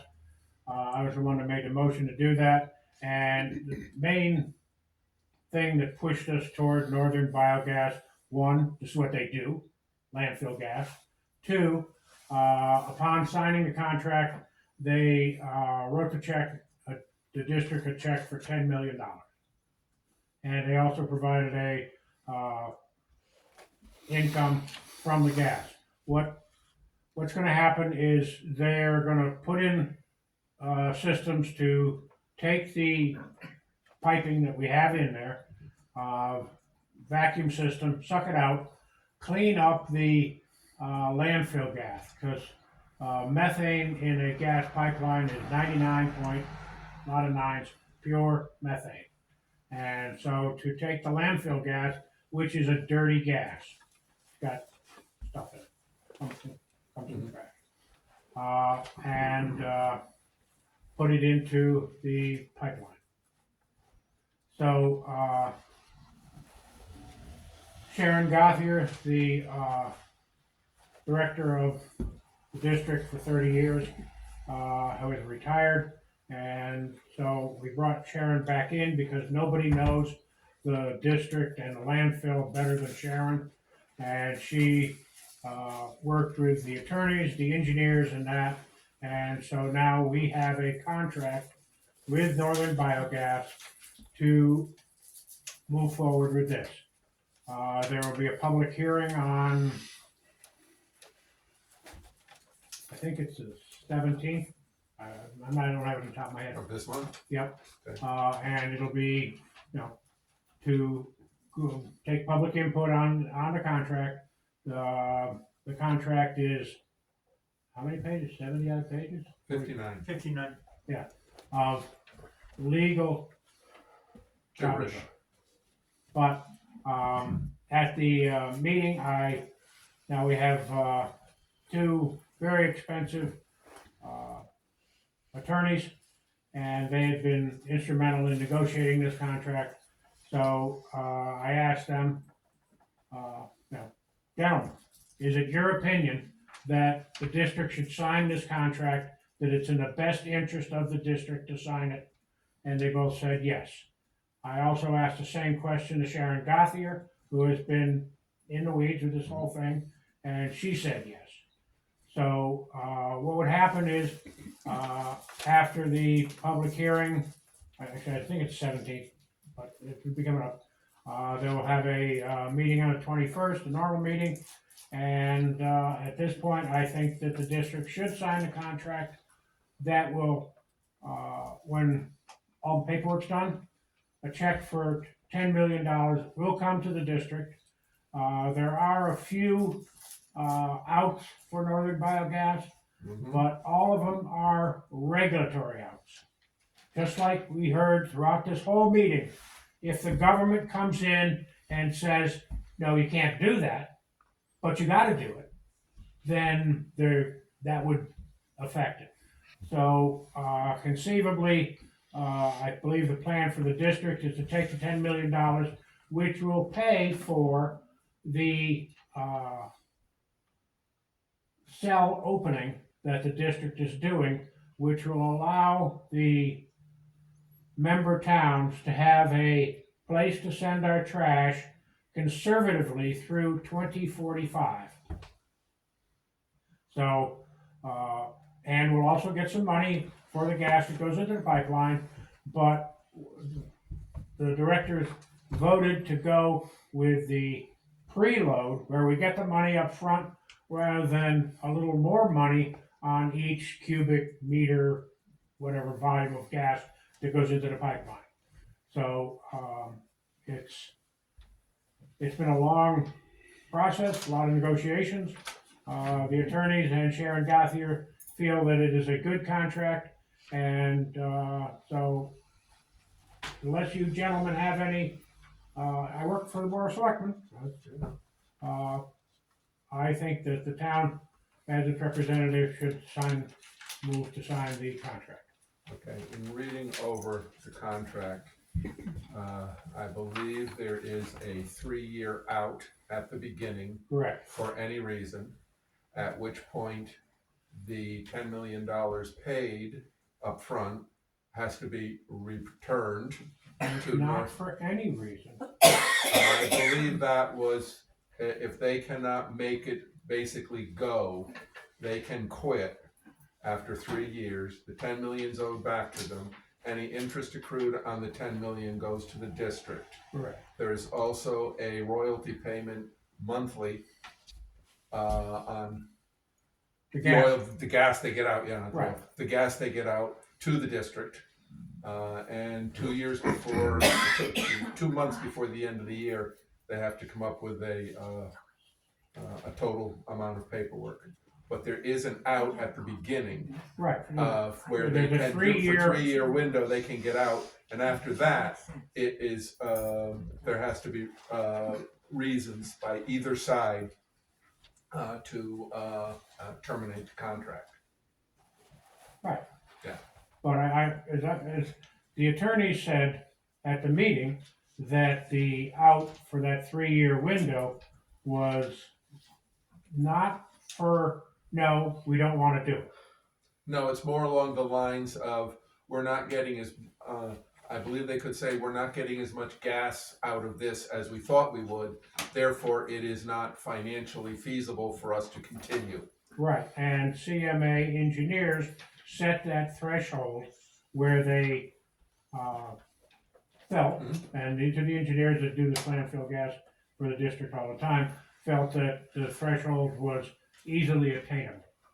All I'm hoping is that the district doesn't spend that $10 million too fast. No, the district's plan, according to what, at the meeting, was that the money would be put into high yield, secure accounts like we have all our other stuff, which is currently earning 5%. And we sit on it because the district has paid for the cell opening. We've already paid that. Yeah. So this would be reimbursement because, I don't see any, unless the society collapses, we're still going to be making trash. Yep. And 4.5 pounds of trash per citizen in Coos County, that adds up a lot.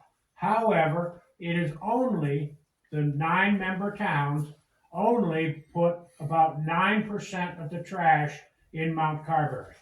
The rest of it comes from other New Hampshire, important, New Hampshire municipalities and towns, and only 1 or 2% come from right over the border in Vermont or right over the border in Maine. So, we're not taking in, like a lot of the other landfills in the southern part of the state, massive amounts of trash from the south. We're taking it from New Hampshire. So, that's a thumbnail as I understand it. And I think it's something the district should do. No, I agree too. It's just, I did read over. Do you know what they're paying for royalties? I did at one time. Okay, fair enough. I have the same problem. Jerry, you had your hand up? Yeah, I just don't understand what all this means. Are you talking about Carberry? They're going to sell methane? No. What landfill are you talking about? Well, Carberry, yeah. Yeah. Oh, Carberry. They're going to sell methane. Yeah. What I don't understand, please tell me, is how does that benefit the town of Northumberland? Does it just give us a place to put our trash until 2020, you said? Right now, 2045. Well, one of the benefits we do get out of it is 10 years ago, we were paying Mount Carberry anywhere from $65,000 to about $80,000 a year in fees. To dump our trash. Yeah, not tipping fees, just a fee to be able to do it. That ended about 3 years ago. So longer than that. Longer than that? Okay. Anyway, we haven't paid a fee in a while.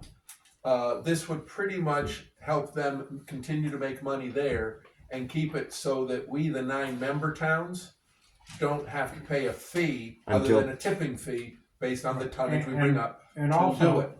Until 2045. Right, and also the member towns pay $58 a ton tipping fee. All the other surrounding towns are start at $68 a ton. Okay. We could, as the directors, we could bring our tipping fees down to $20 a ton. Okay, but the board has not felt that that's a good idea because there should be a cost of that 4.5 pounds of trash we all make every day. And so, but Well, thank you for when explaining Casella that to me. closes, and we've been hearing this for a long time in Bethlehem. They're going to close? Yes. Yeah, they've been talking, Every they've been talking about that since 1996. Right. Somebody better tell all the trailer loads going in there. Yeah. If Boy, when what's- Casella closes, that's going to, and unless they can fill Forest Lake with trash, which is what they're You planning. know that ain't happening. Oh, yes, it is. Oh, yeah. You think so? Oh, yeah. They've already bought the state out, so it's all set. Well, if But Casella anyway, closes, so the price of trash is gonna keep going up over the period. And Sharon Gothier has basically, not single-handedly, but through her skills as management, put the district in an excellent position. Good. So, and now towns like Dalton and the others, who when, as Jim pointed out, we were paying $60,000-$80,000 a year to maintain the landfill and put our trash in it. Dalton and the rest of them, well, no, we don't want to do that. Well, now they're realizing that, oh, gee, we should have, Yeah. and they want to come and join, and the directors have been said, no thanks.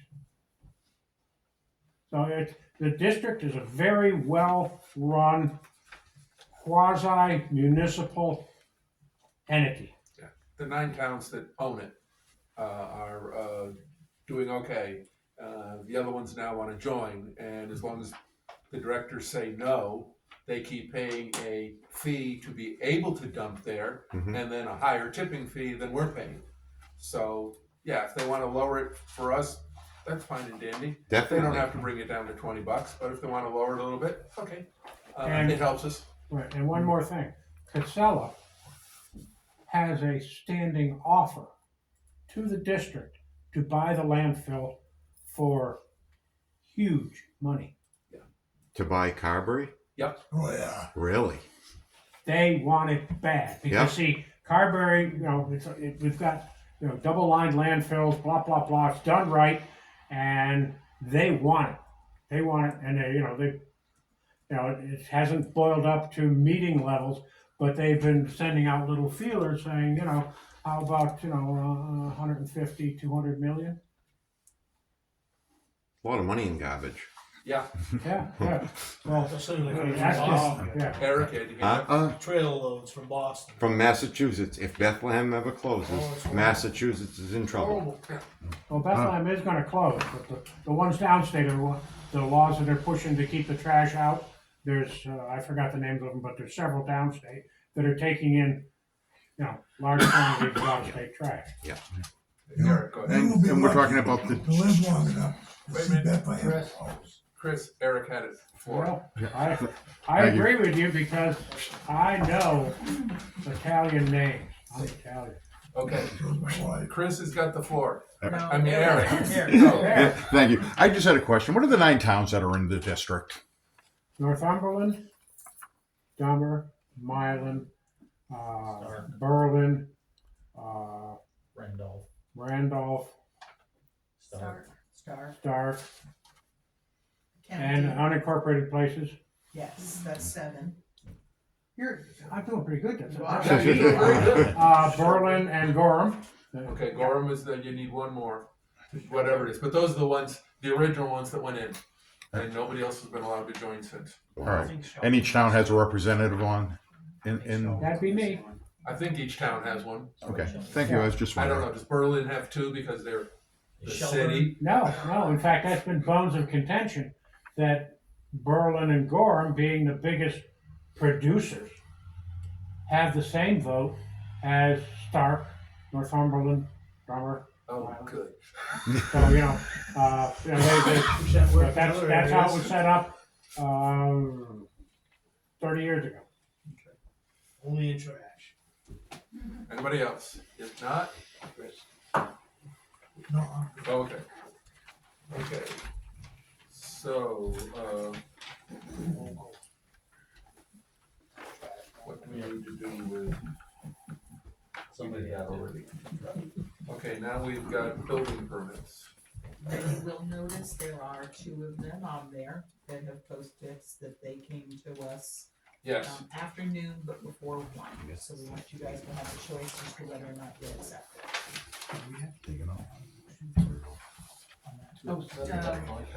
Did you want a motion on the A-Barge? Oh yeah. Oh, yeah. Yeah. Did you want a motion? If you want a motion to Contract. sign the contract, I don't know. I mean, I'm your appointed director. He Come is on. the rep. He he's the does- rep, so I'm thinking he's all set, but I Yeah. just Yeah. wanna make sure that. I just wanted to keep the board informed Okay. because this is a very important thing. The mundane, run-of-the-mill meetings are, are they buying a grader, that type of stuff. But this is Yeah. important. Well, Do we all agree with this is a good idea? Oh, absolutely. Okay, you got 3 yeses. Thank you. Okay, building permits. First one, Joe, how does he pronounce his last name? Iodice. Okay, never mind. 49 Hillside. Finish framing, finish insulation, finish drywall, add a bathroom, assemble kitchen and bath, finish portion of basement, repair and refinish siding, repair porch, finish deck, repair garage, roof and siding, and flooring. Build a house. Yeah, what's left? Kitchen. Okay, Assessing. Al has. There you go. Well, Al has signed it, and he paid the fee, the higher one, $250, because this is gonna change his value by 50 grand or more. Okay, I'll make a motion to sign. I'll second it.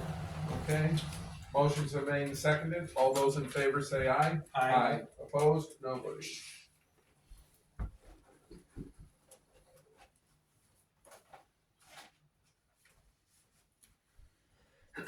Okay. The next two that the little stickums are on, they were received on Friday at 12:50 p.m.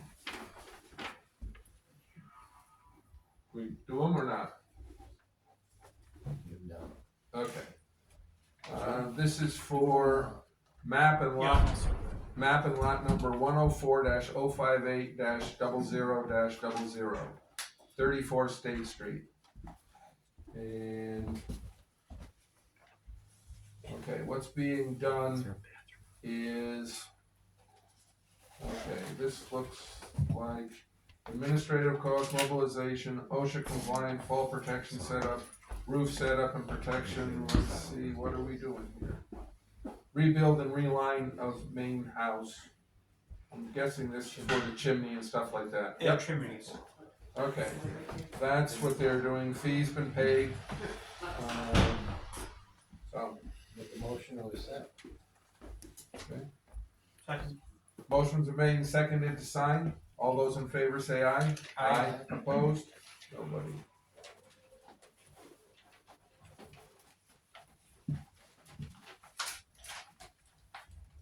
Second one is 104-059-00-00, 32 State Street. And it is again for chimney work, chimney service.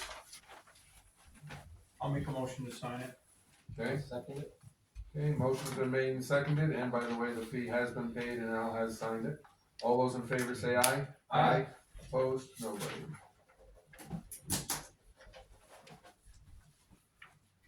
There we go.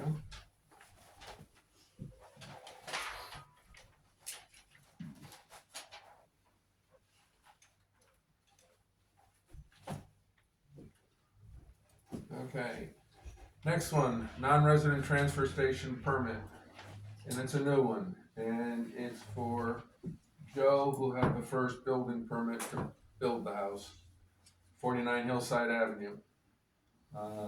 His residence address, I guess, is 337 US Route 3, North Stratford.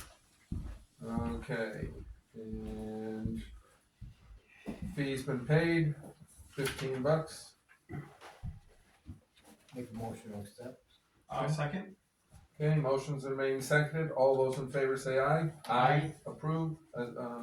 Against, nobody.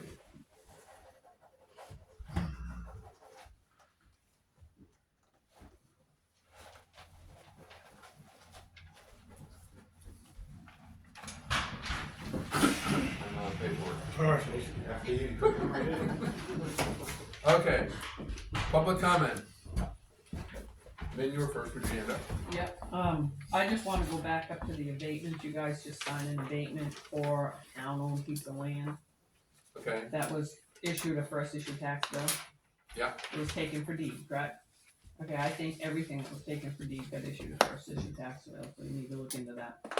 Because I just went on, I had asked for a list of the deeded properties and got that, and I just went on okay, and looked, and then there was also, and it was warranted out to the previous owner, not the town of Northumberland. Yeah, So I okay, think those need to be cleaned up. okay. Thank you, Nick. And the other thing on the website, what made me think of it, is the assessing. And Jim, I'm not picking on you because I think that you have so many pokers in the fire. You're always the person that stands up and volunteers to do everything, and I do appreciate that. But the last person, before she got done, that was doing the website was our assessing clerk, and she hasn't been replaced, so her computer is sitting here in this building somewhere. Why couldn't Jim, who's doing the website now, use that computer? Because she kept that website up to date and had no problems with it.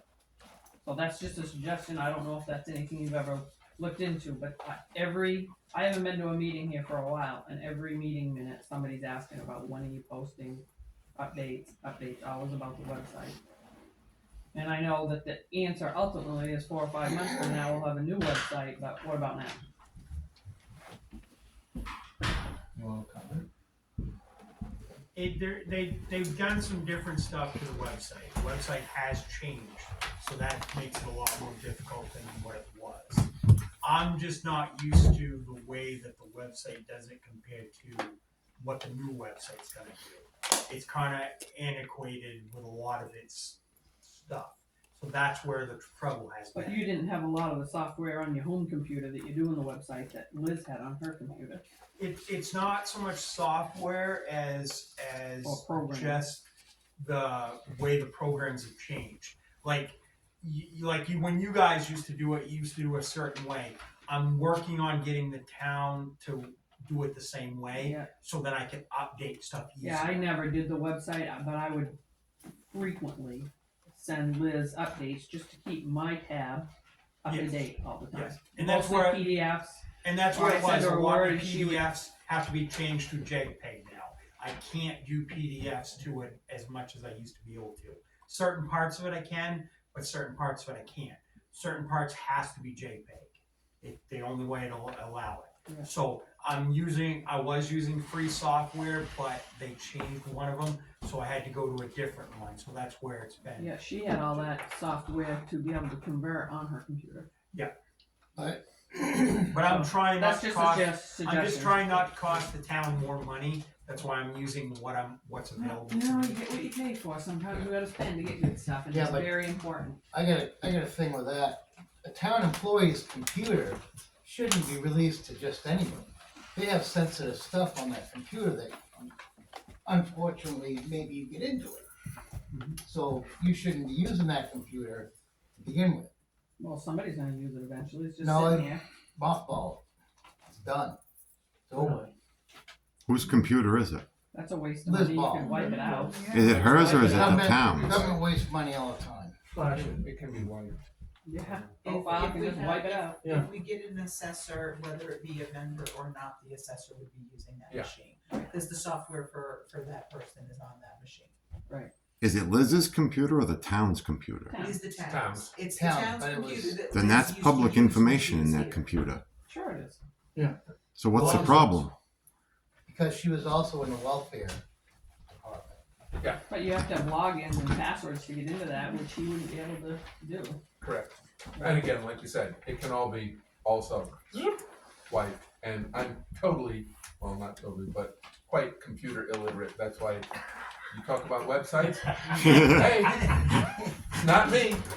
Go ahead, Eric. Well, if we have public records on the computer and we delete them, aren't we destroying public records if we don't have them somewhere else where citizens can request in some them? cases, I doubt very much because somebody probably in the town sent those emails, and if we needed to, we could go through and read them first and say, did this come from an outside source? Save it. If it came from inside, that other side's got the email.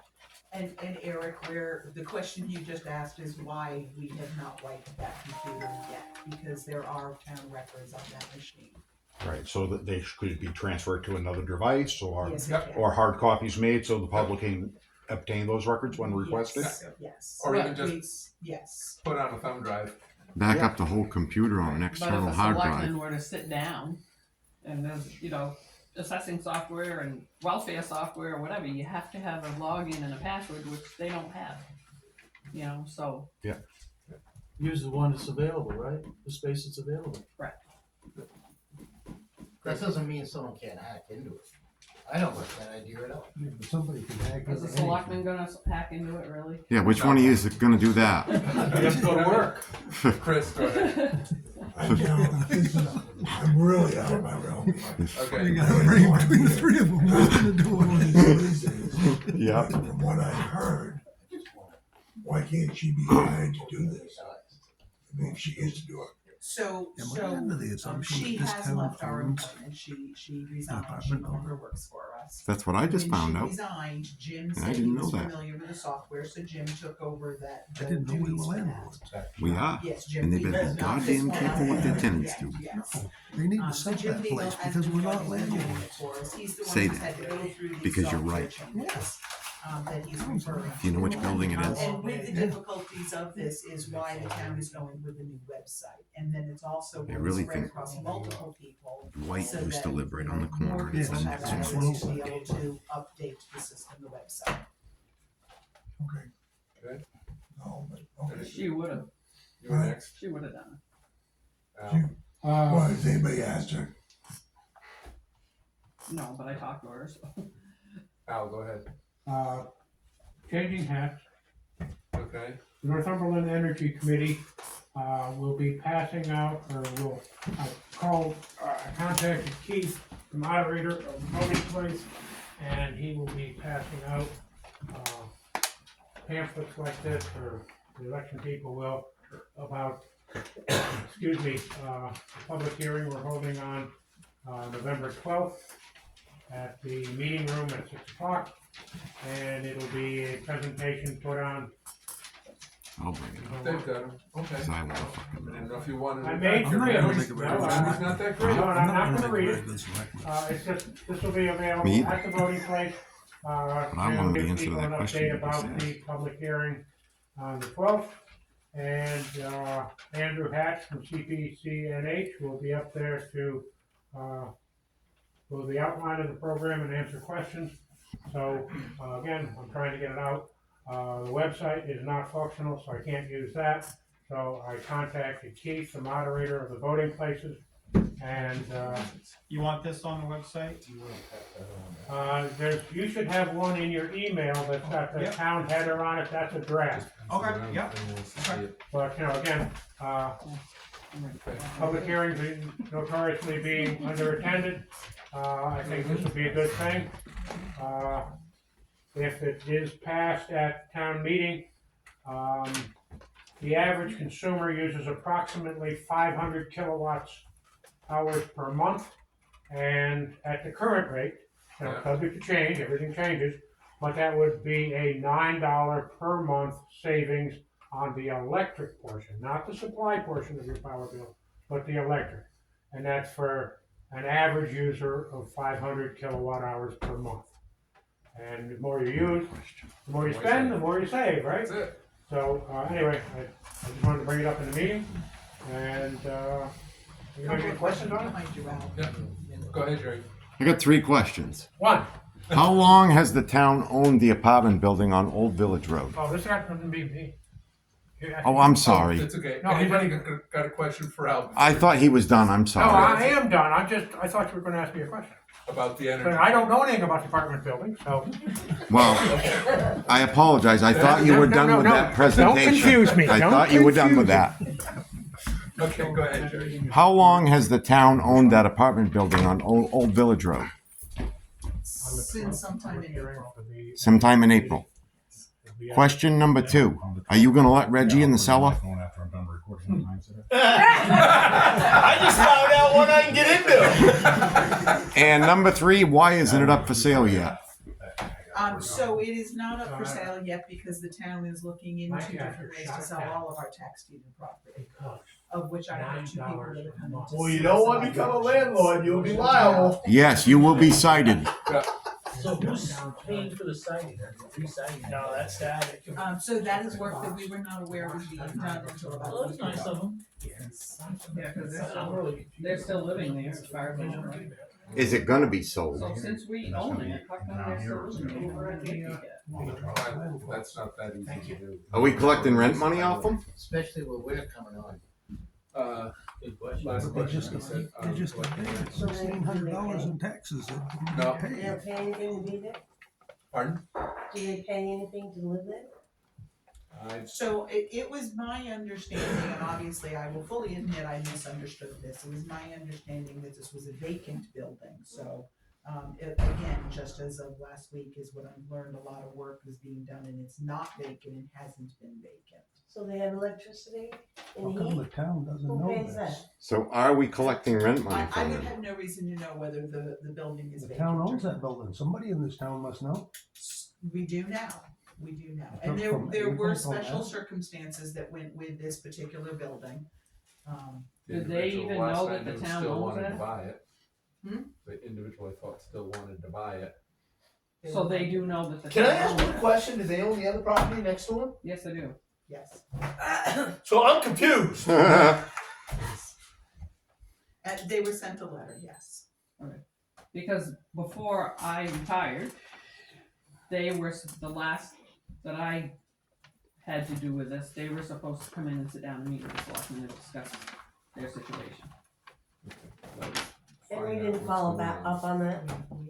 And That was on a spreadsheet that the selectmen all had. I know that one of the Used all was that in water that Lancaster. they had billed for. Yeah, they're running we another didn't operation contract right for across it, from we're not the liable bank. for it. They just debated $1,600 Okay. worth of taxes. So we may wind up getting a Yeah. sided, That's fine, freshly right? sided building for We are in. free. Sure. Okay. And the lawyer. I'm not gonna open because they cost money, but yes. Okay. Questions? Okay. Yes. I don't know if I got an answer. They're living there and they got heat and electricity, so They're paying the heat and electricity. they're paying We the are not. bills, Yes. town's not. Correct. Still pretty convenient. Yeah, who's paying the water bill? So the water bills the town is paid because it's. So town I'm paying property, it. yes. We're paying They're Well, paying it until, yes. and it goes all added onto, the thing, and when then it when gets, we sell when it it, gets sold, it's part of what we ask. that will be the Wow. monies we recoup. They better not be down there squealing the tires. I mean, they can't be doing anything worse than the nincompoop that did it up at by my house the other day. You had one up on the hill? On the downward slope on Maple Street. I mean, they actually usually when you say left rubber, you can see where the tires were. This guy covered it to probably about that deep. That's extra time. I know. Extra time, but We're paying for seal coating, really? Yeah, he's doing it for free. I'm bringing up a different subject, so if Mim's still on this subject, then I'd rather have her go first. Subject, but it's a It's a quick different subject. She's got a bunch of them. one. I do. And, okay, well then I'll And I'll alternate with you, Eric. How's well, that? since you called on me, I'll do this one Well, really go ahead. quick. Okay. These here are for you guys. That's for you. There's one for each one of you, so you can look over it. I do public records requests all the time, and I have a problem. How come Officer Daisy didn't have to fill out an application to become a police officer in this town? Is that standard practice? What's standard practice for you guys for the part-time officers? Okay, so he started as a part-time. We did. Okay. So it's, if you didn't hear that, I did say that at the time that he was hired, it was standard practice, that the town did not ask their part-time police officers to fill out an application. He did start with us as part-time. So when he went to full-time, do you think we should have gotten one so that the citizens of this town could have a paper trail of where he worked before? And if they had a problem, they could go to that town and see if they had problems with them at that town. Why wasn't that done? I cannot help with that, that was all before. I'm asking selectmen, they run the town, right? Yep, they do, and one of them looked to me, so I was answering his look. Good question. Since when can anybody get a job without filling out an application anywhere? Walmart, Home Depot? I mean, Nowhere. Part-timers could before, No, obviously. Well, I police don't department. have. Nowhere. I don't get it. And I haven't yielded the fury floor yet. I also have other problems because I do public records requests. In that package, I also asked for complaints filed against Officer Daisy. Our chief of police said there were none. I went to Tammy and told her I knew that was a lie. Tammy then on the third page, if you look in that, produce the complaints against Officer Daisy. I'm not done. That is a violation of RSA 91A, withholding public records. Whether it was a mistake or not, that is a crime in this state. On the last page, you'll see my complaint that I put in that a crime was committed by a police officer, and I learned to put it in writing because it seems that this town doesn't do anything to police officers unless it's put in writing. So I hope you guys will take this very seriously, because I take public records very serious, because it's how we keep control of our government. And when our government lies to us, that is a very, very disturbing thing. And Chief Pelletier signed that. As Tammy had told me before, Chief Pelletier is in charge of the personnel files of the police department. So he had ample opportunity to go through those and see if there was one there. I find this very disturbing. I expect this board to do something about it, whether it's put a reprimand in it, pass it off to another town to investigate, whether it's a friggin' violation of the law, or do something. Because you guys did nothing when members of this town complained about Officer Daisy driving his car unregistered in this town. Members of this town went to you select board members and asked you to come outside and look at the plate to see that it wasn't registered, and you guys did nothing, wouldn't even go out and look at the plate. So yeah, I have real problems. I expect something to be done. That's why that complaint is in there. You have all the evidence in front of you that he said there were no complaints. You have the complaints listed there. Chief Pelletier is in charge of the personnel records. He either intentionally lied or didn't do his job. Like he didn't do his job with Officer Daisy, holding him accountable without somebody in this town doing it. I have a real problem with that. Now I yield the floor back. Right, so, and I want just one point of clarification. There are, when it comes to the police officers, there are 2 personnel files. One personnel file is kept here in the town office, and that's for anything that goes and affects what the board is in charge of. So all of their earnings, all of their deductions, that runs through ours. Any complaints that the board takes action on, that goes in ours. So the one that I did give you, that I was late on giving you from your right to know request, because I admit I handed that over to the PD. I did go through our file, and that is where you received the one complaint that we have in our file. Police departments in most, I can't say all, but in most towns, police departments have their own personnel file of which other records are kept. And that does contain information, some of which the board is not privy to, because some of that information has to do with, all the tests they have to go through when they're hired. So it is not public record, I don't believe, and I will gladly be proven wrong if I am. Information like the psych test, the outcome of the psych test, the outcome of the lie detector test. I do not believe any of those outcomes are public record. Again, if I'm wrong, I'll admit to it. So they have to have files that we don't. So when he would have answered, right or wrong, I cannot tell you, but I would say his answer says there was nothing in his records. When you did come to me and tell me you felt that it was a lie, that's when I went through our records and found the one that I shared with you. I'm not going to say whether it's a lie or not. I'm going to say that, if you tell us there's complaints, then I believe there are complaints.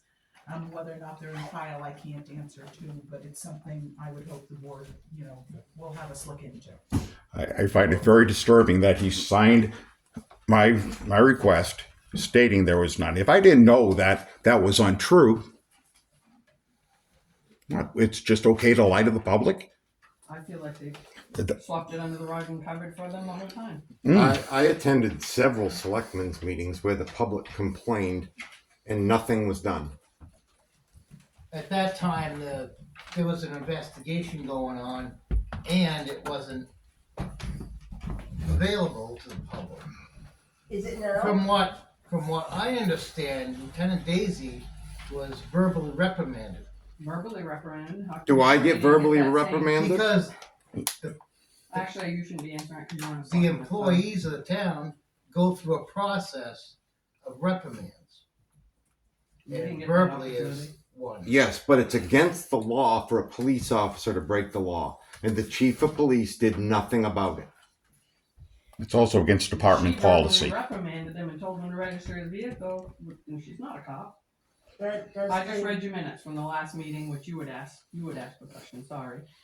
Does the chief of police have guidelines he's supposed to follow when he's hiring someone new? So do you know that he followed those orders, those rules? He has since I've been here. Oh, no, that I'm not saying aware on of. trivial things, I'm That just saying aware of. on this Daisy guy. Did he do what he was supposed to do in order, you know, we shouldn't have someone in our town like this that we have no history on. I mean, that's what Pelletier is all about. He's supposed to know the background, whether he thinks he's a nice guy or not. Really isn't an opinion he should even be expressing. He should have those rules and guidelines that he follows for the safety of all of us. So those rules and guidelines, from my understanding, are set out by police standards and training. Mhm. And presumably, yes, he is following those.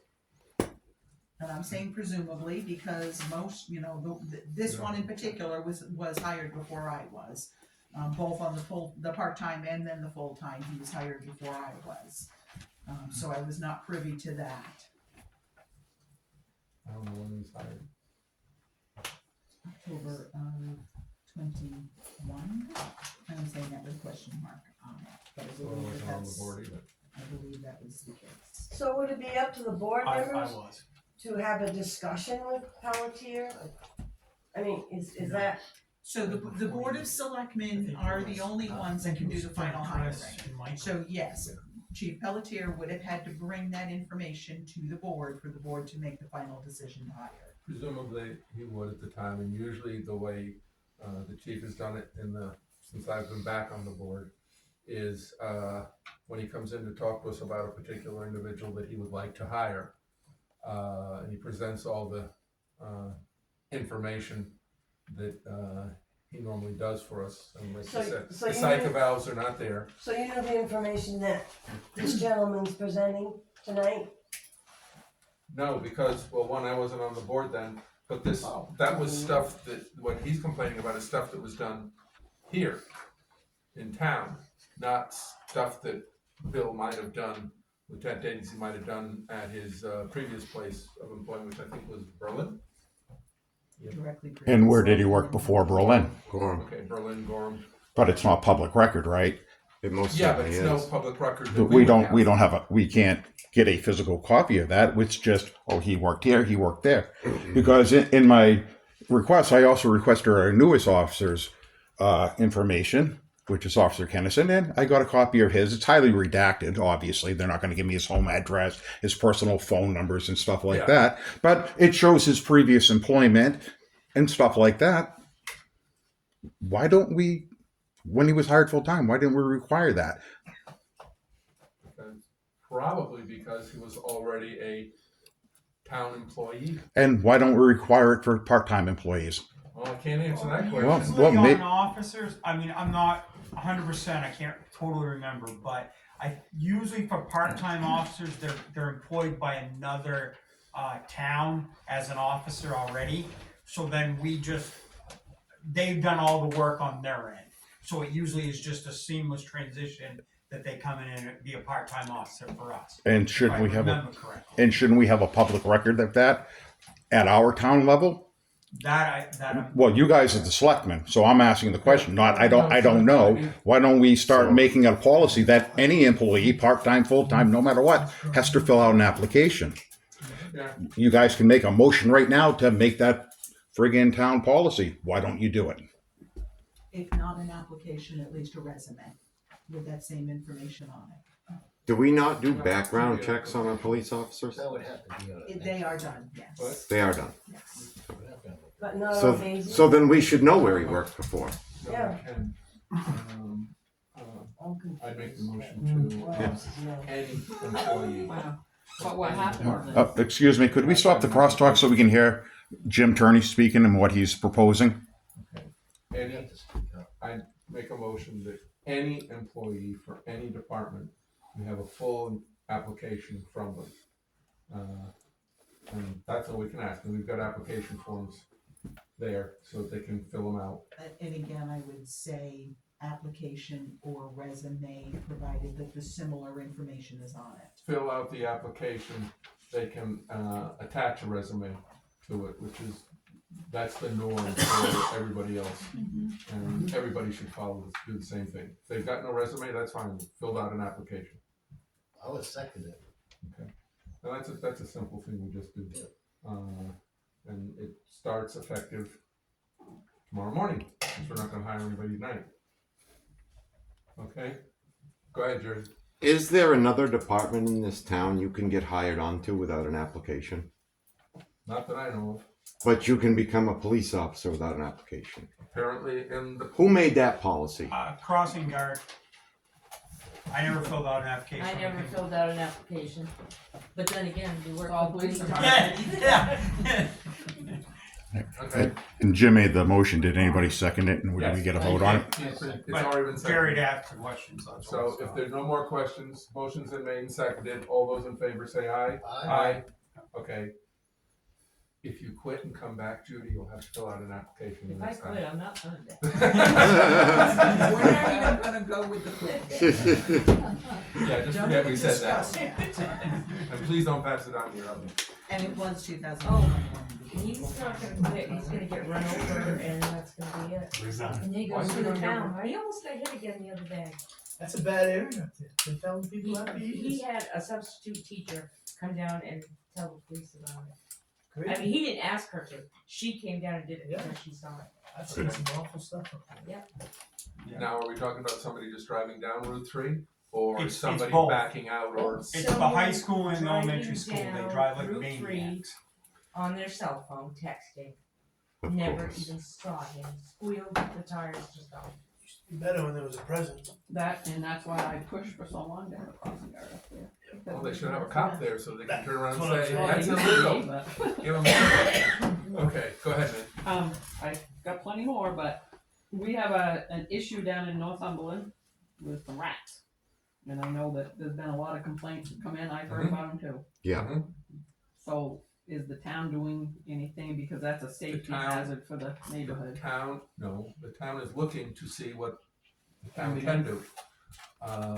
We do not take care of hiring a pest controller to go take care of your house or your house Private property. if it's private property. We're not responsible for that. But the person that released him, can you hold them accountable for? I went down there That's- past there today and looked, and the garage doors are up, meaning Did all they break those any rats laws? that That's- the police officers That's thought the either question they're that's out, being asked, or maybe Jerry. they're in where it's warm. I wanna know what the hell you're talking about, 'cause I don't like rats. Is it against the law to? That have gone into You bought my sister. the New Hampshire vet, Fish and Game. So the New Hampshire vet has stated that there is not a lot that, there isn't anything that they can do to assist us. They said you can reach out to Fish and Game, and even the vet says that is a very long shot, to have Fish and Game be able to do anything to help. We have had residents who have spoken with us, have said they've reached out to Fish and Game, who has said, no, we can't help with rats. We have not spoken with them ourselves yet, but it's most likely. This is a long home, shot. a home. Yes. No, so now let's say that it's a neighborhood, because we're not going to say Who or who where? or where. They're all I'll over my tell you neighborhood. outside, though. Oh, yeah, good. Huh? All my killings. Yep. But I don't believe he No, broke yeah. any laws by releasing rats. What's going on? It is, but Me too. It's been going on for- Yeah, I'm sure they did. okay. Hanging out that ass We're like. not- What did that take, Steve? Hey! You need to get up. You have to go No, along. I don't need that. You don't want me out. It's in a private residence. It appears that it may have spread to neighbors, Of course. it being the little guys. Okay? Again, we are not, as far as we know, liable to doing pest control at the other homes, or even that home. What we are looking at is, one, do the people who, let's say, had the initial problem, if they are still residing in the home on a regular basis, no sleeping in it, whatever. There is another qualification for those people right now, and the office down in Concord that would possibly handle them will be contacted if they already haven't been. So We have again, heard back from the lawyers, who have said that no, there isn't anything that the town is responsible for, other than to tell the health officer, which was done immediately. And they're not even sure what the health officer can do to help, but, the health officer has their resources at the state level, and our health officer is working with them to see what we can do, if anything. I was just gonna say, the state's got an office for Health and Human Services and on and on and on. Department of Health and Human Services is the department that is the ones who are in charge of health officers at a town level. Yeah. So they are the department that our health officer is working with. I mean, we had rat problems back, 200-300 years ago, and it got out of hand. Yeah. I mean, Yeah. Well, I So think the Clean Water Act. this has been a Not that long ago. problem in a lot of places, but it's taken care of. So if we call it a nuisance, I think doesn't fit under the. Falls on the land. That's not under that new nuisance thing. Go ahead, man. from what I They're gonna understand, fucking they die were in a raising month these anyways. Raising as pets to Most feed people their just use snakes, this one when they come into your house for that. Oh my God. and they breed That's how like they spread rabbits. major Yeah, cities. Okay. For lack of a better term, right? They breed like rabbits. Johnny was- There was a police officer that did go into this house over the weekend and had to leave because it was so bad. And we have pictures. So is there someone still living? And neighbors are having an issue with them. Oh, they One are. of them is, Where'd the got at snakes least go? I don't know. I Oh, don't I'd know like to anything know about that that. one. The snakes are in the sewer. Basement. Oh, sewer down there. Randy's gonna Jerry? take care of that. Expression on Everybody on TV. Alright, so that's my question. You better hope he's not getting the I couldn't help it. I just wanted to make sure everybody knew what was going on because I heard about it I couldn't steady. help My it. sister lives down there. We've heard about it. We know about it. We're looking at it. But like I said, our hands are pretty well tied as to what we can do. Well, the town is And really not responsible for We're We're not. rats. But if the health officer comes back and says it's not fit for human habitation because of, we've got pictures, what the pictures show.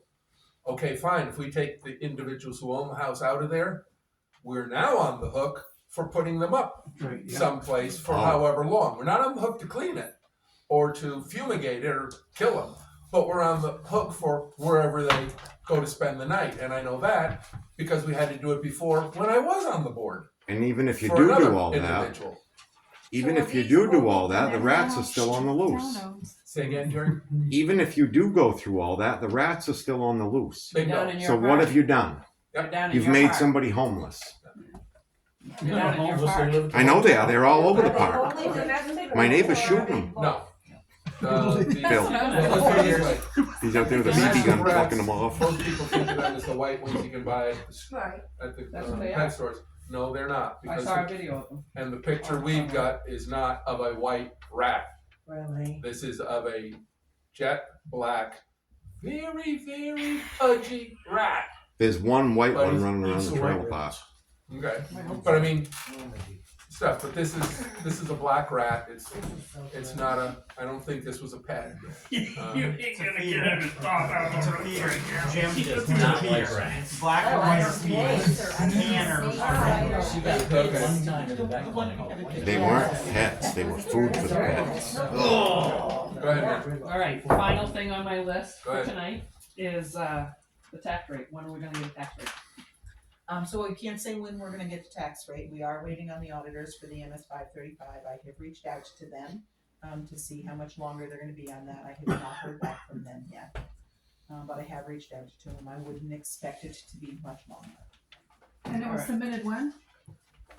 No, the auditors are the town's auditors for the 535. That then has to go in to DRA. Well, it comes, it's Comes back through DRA, it comes to us, and we do the final submission to DRA, but it hasn't come through DRA to And us then- yet. Now that's due And then we- September 1st, so why are our auditors so late? Actually, that's by law, they're due April 1st. Okay, so but same with the DRA MS 434, which is DRA does not in not. yet either. Yeah, and I haven't done He's the still four doing it with thirty-four yet, tax I rate. wait for the 535, because the 434 is an estimate of our revenues. Right. And so the later in the year that we can do the 434, the more accurate it is, which means it's all the more revenue I can use to offset our tax rate.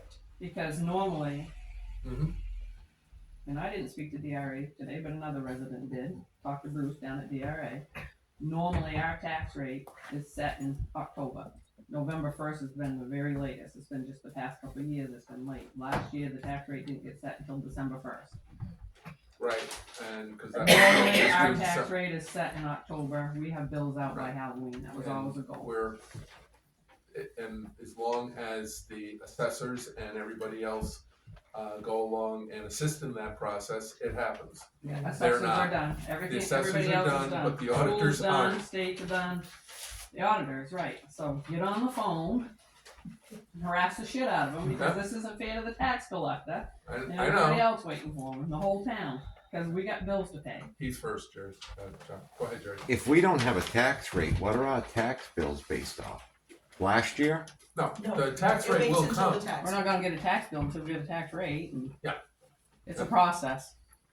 Didn't I get a tax bill in July? Yeah, Yeah. and then you'll get that was simply one half of whatever your total taxes were That was for based off the previous 23. year. Yeah. Okay, this one will be Okay. with everything that got approved at town meeting Okay. and whatever I that got comes you. up to, and the reval, and whatever that will drive for a new rate. There's your And tax that'll rate be a from negotiation 2023. between us and Then you're gonna DRA take once your they time. make the phone call. Then I'm gonna what? Then you're gonna take it higher. Yes, I am. Sounds like the cart before the horse thing, because Okay, how sure, can you yeah. get a rate if you don't know what your revenues and your assets are, and if our. So your What am I revenues, looking they're at? called an estimated revenues. Okay. That's I don't what know the, what that's it what the MS 434 What may fund refer was to. So here's is our the estimated municipality revenue. tax That's rate. what I don't, and that's a form I'm in charge of, then and that's they why add I don't in fill Total that rate, out yeah. until every other form is in, so that I'm as late in the year as possible to be This is as only the end. accurate as I What? can and narrow the guesswork. Go on to this website given the here. Yes, fact yes, that we an know we have some- estimated revenue is like throw You'll blindfold see that on like, and hopefully you're or aiming at like the one of bottom. them. Yeah. I guess the And hell we're. hoping I'm gonna that take a picture of we're that. gonna Well, it's on generate selfie enough mode. I don't know what the hell I revenue, was or doing. revenue is generated We know what by you were taxes, doing. It's not our only Okay, revenue. thank you. I will And check that's that not out. always So tax your tax revenue- rate. It's the No, major that's part, 43 it's not our tax only rate. revenue. Yeah, Yeah, narrowed down to Tin be cans as don't We're mount. higher than narrowed friggin' down most to of be the as towns in simple New as Hampshire. possible. We were very high Which is before. Huh? what is Don't know what voted I at was town doing. meeting. I don't know. plus any other But it weren't good, I revenue that bet. you can come up with, and then the taxes make up the difference. That is as basic, there are more steps involved, Yeah. but that's the basic concept of it. We all make decisions with the information that we have available to us. And If we Right. don't have enough information, we can't make a proper decision. The town clerk brings in an awful lot of revenue that is not your property taxes. Half The a car million. registrations Half a million. is a $500,000 that they Well, bring it's in. not just car registration. Well, all the stuff that Marriage goes in there. licenses, But again, dog licenses. and that's different every single month. It moves up and down all around. So the later you can do it, the better guess you've got, or the fewer months you got to guess on. And then you just simply go on history. Where do we normally get in there? What's the average? Right. So get after those assessors, or not assessors, but Auditors. auditors, because they're late. And it's not acceptable. Because I used to have those tax bills out before Halloween until last year. Okay. Go ahead. Just back to the rats again. I'm sorry. I just would like to know, do you think it might get done before winter settles on Say what? us? Something might get done about this rat issue? Because if they're all confined to, for the winter months, well, you know what happens. Well, Lots of babies. Yeah, they're gonna die. They're not being fed, they're not being watered. They'll come into houses. They're getting at other people's houses as we speak, Yeah. because I'm seeing it all Yeah, over it's gonna be a social media, war, getting it might phone be a calls, war who do basement, I they're gonna call? multiply. As far as it goes, hopefully we will get some words as to one, are the people that own the house still living in it? Okay, yeah. The pictures would say, lead one to say yes. Yeah. And then what assistance is there for them to either get them out if it is proven to be unfit for human habitation. For my human habitation, yep, it's unfit, but I don't make the laws really on that part. Cause rats those- draw in a lot of stuff, a lot of and things. Disease. The other Not thing, just diseases. Yeah. You got other animals that are gonna be coming in to maybe try to find them and eat them or whatever. but I mean, we've gotta Hope do we it don't all get any legally and lions. figure out what we can do, and right now, I don't think we've even been able to speak to the owners. Not that I'm aware of, but We haven't even reached them. our health officer may have. Okay. But when the police went there, They did. people that owned it weren't around. They need to go back again. They just need to keep going back. They can't do that, then they'll have to find the Somebody's landlord. home. I mean, come I back. had just heard, oh, go ahead, Kathy, sorry. So, my son had a ball python and he's fed it mice. What the size of the snake that's eating rats? I mean, those rats are pretty big. Yes, they are. Yes, they are. Yeah, of I course they can't are. answer that one. I'm And I not a herpetologist. Do they have a license to I- keep a big snake like that? I don't believe I don't so. think so.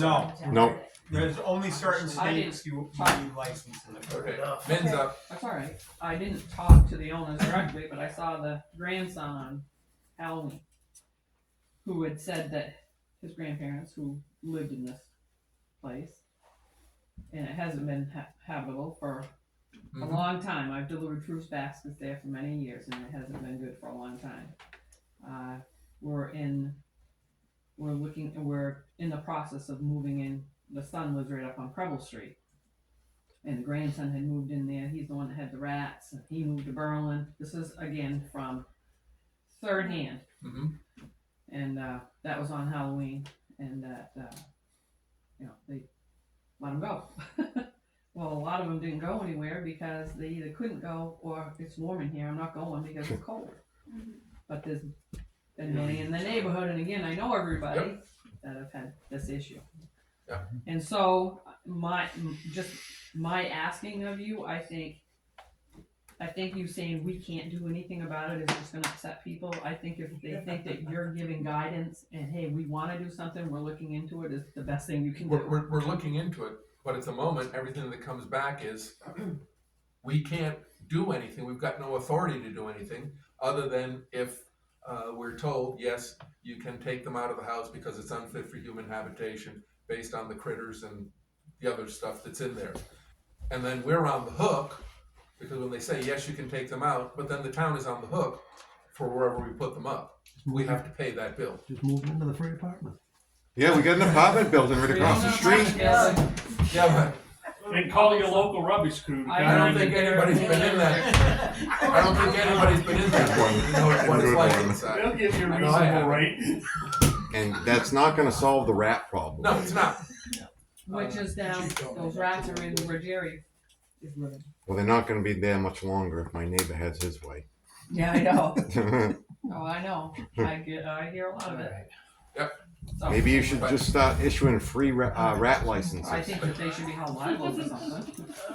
They might be able to, but since you also know who's there, you do know that there's other problems. Okay. If nothing else, Eric? I just have one more thing. Let me get out of your way, thank sir. you. You're gonna go to closed session here. Are we going to close session? No, it's No, we're not. You're not going to it? It No. says a non-public session is number 11 on the thing. It's always included on It's there. always Oh, included okay, there, because I was just in gonna case. say, according to what I understand about,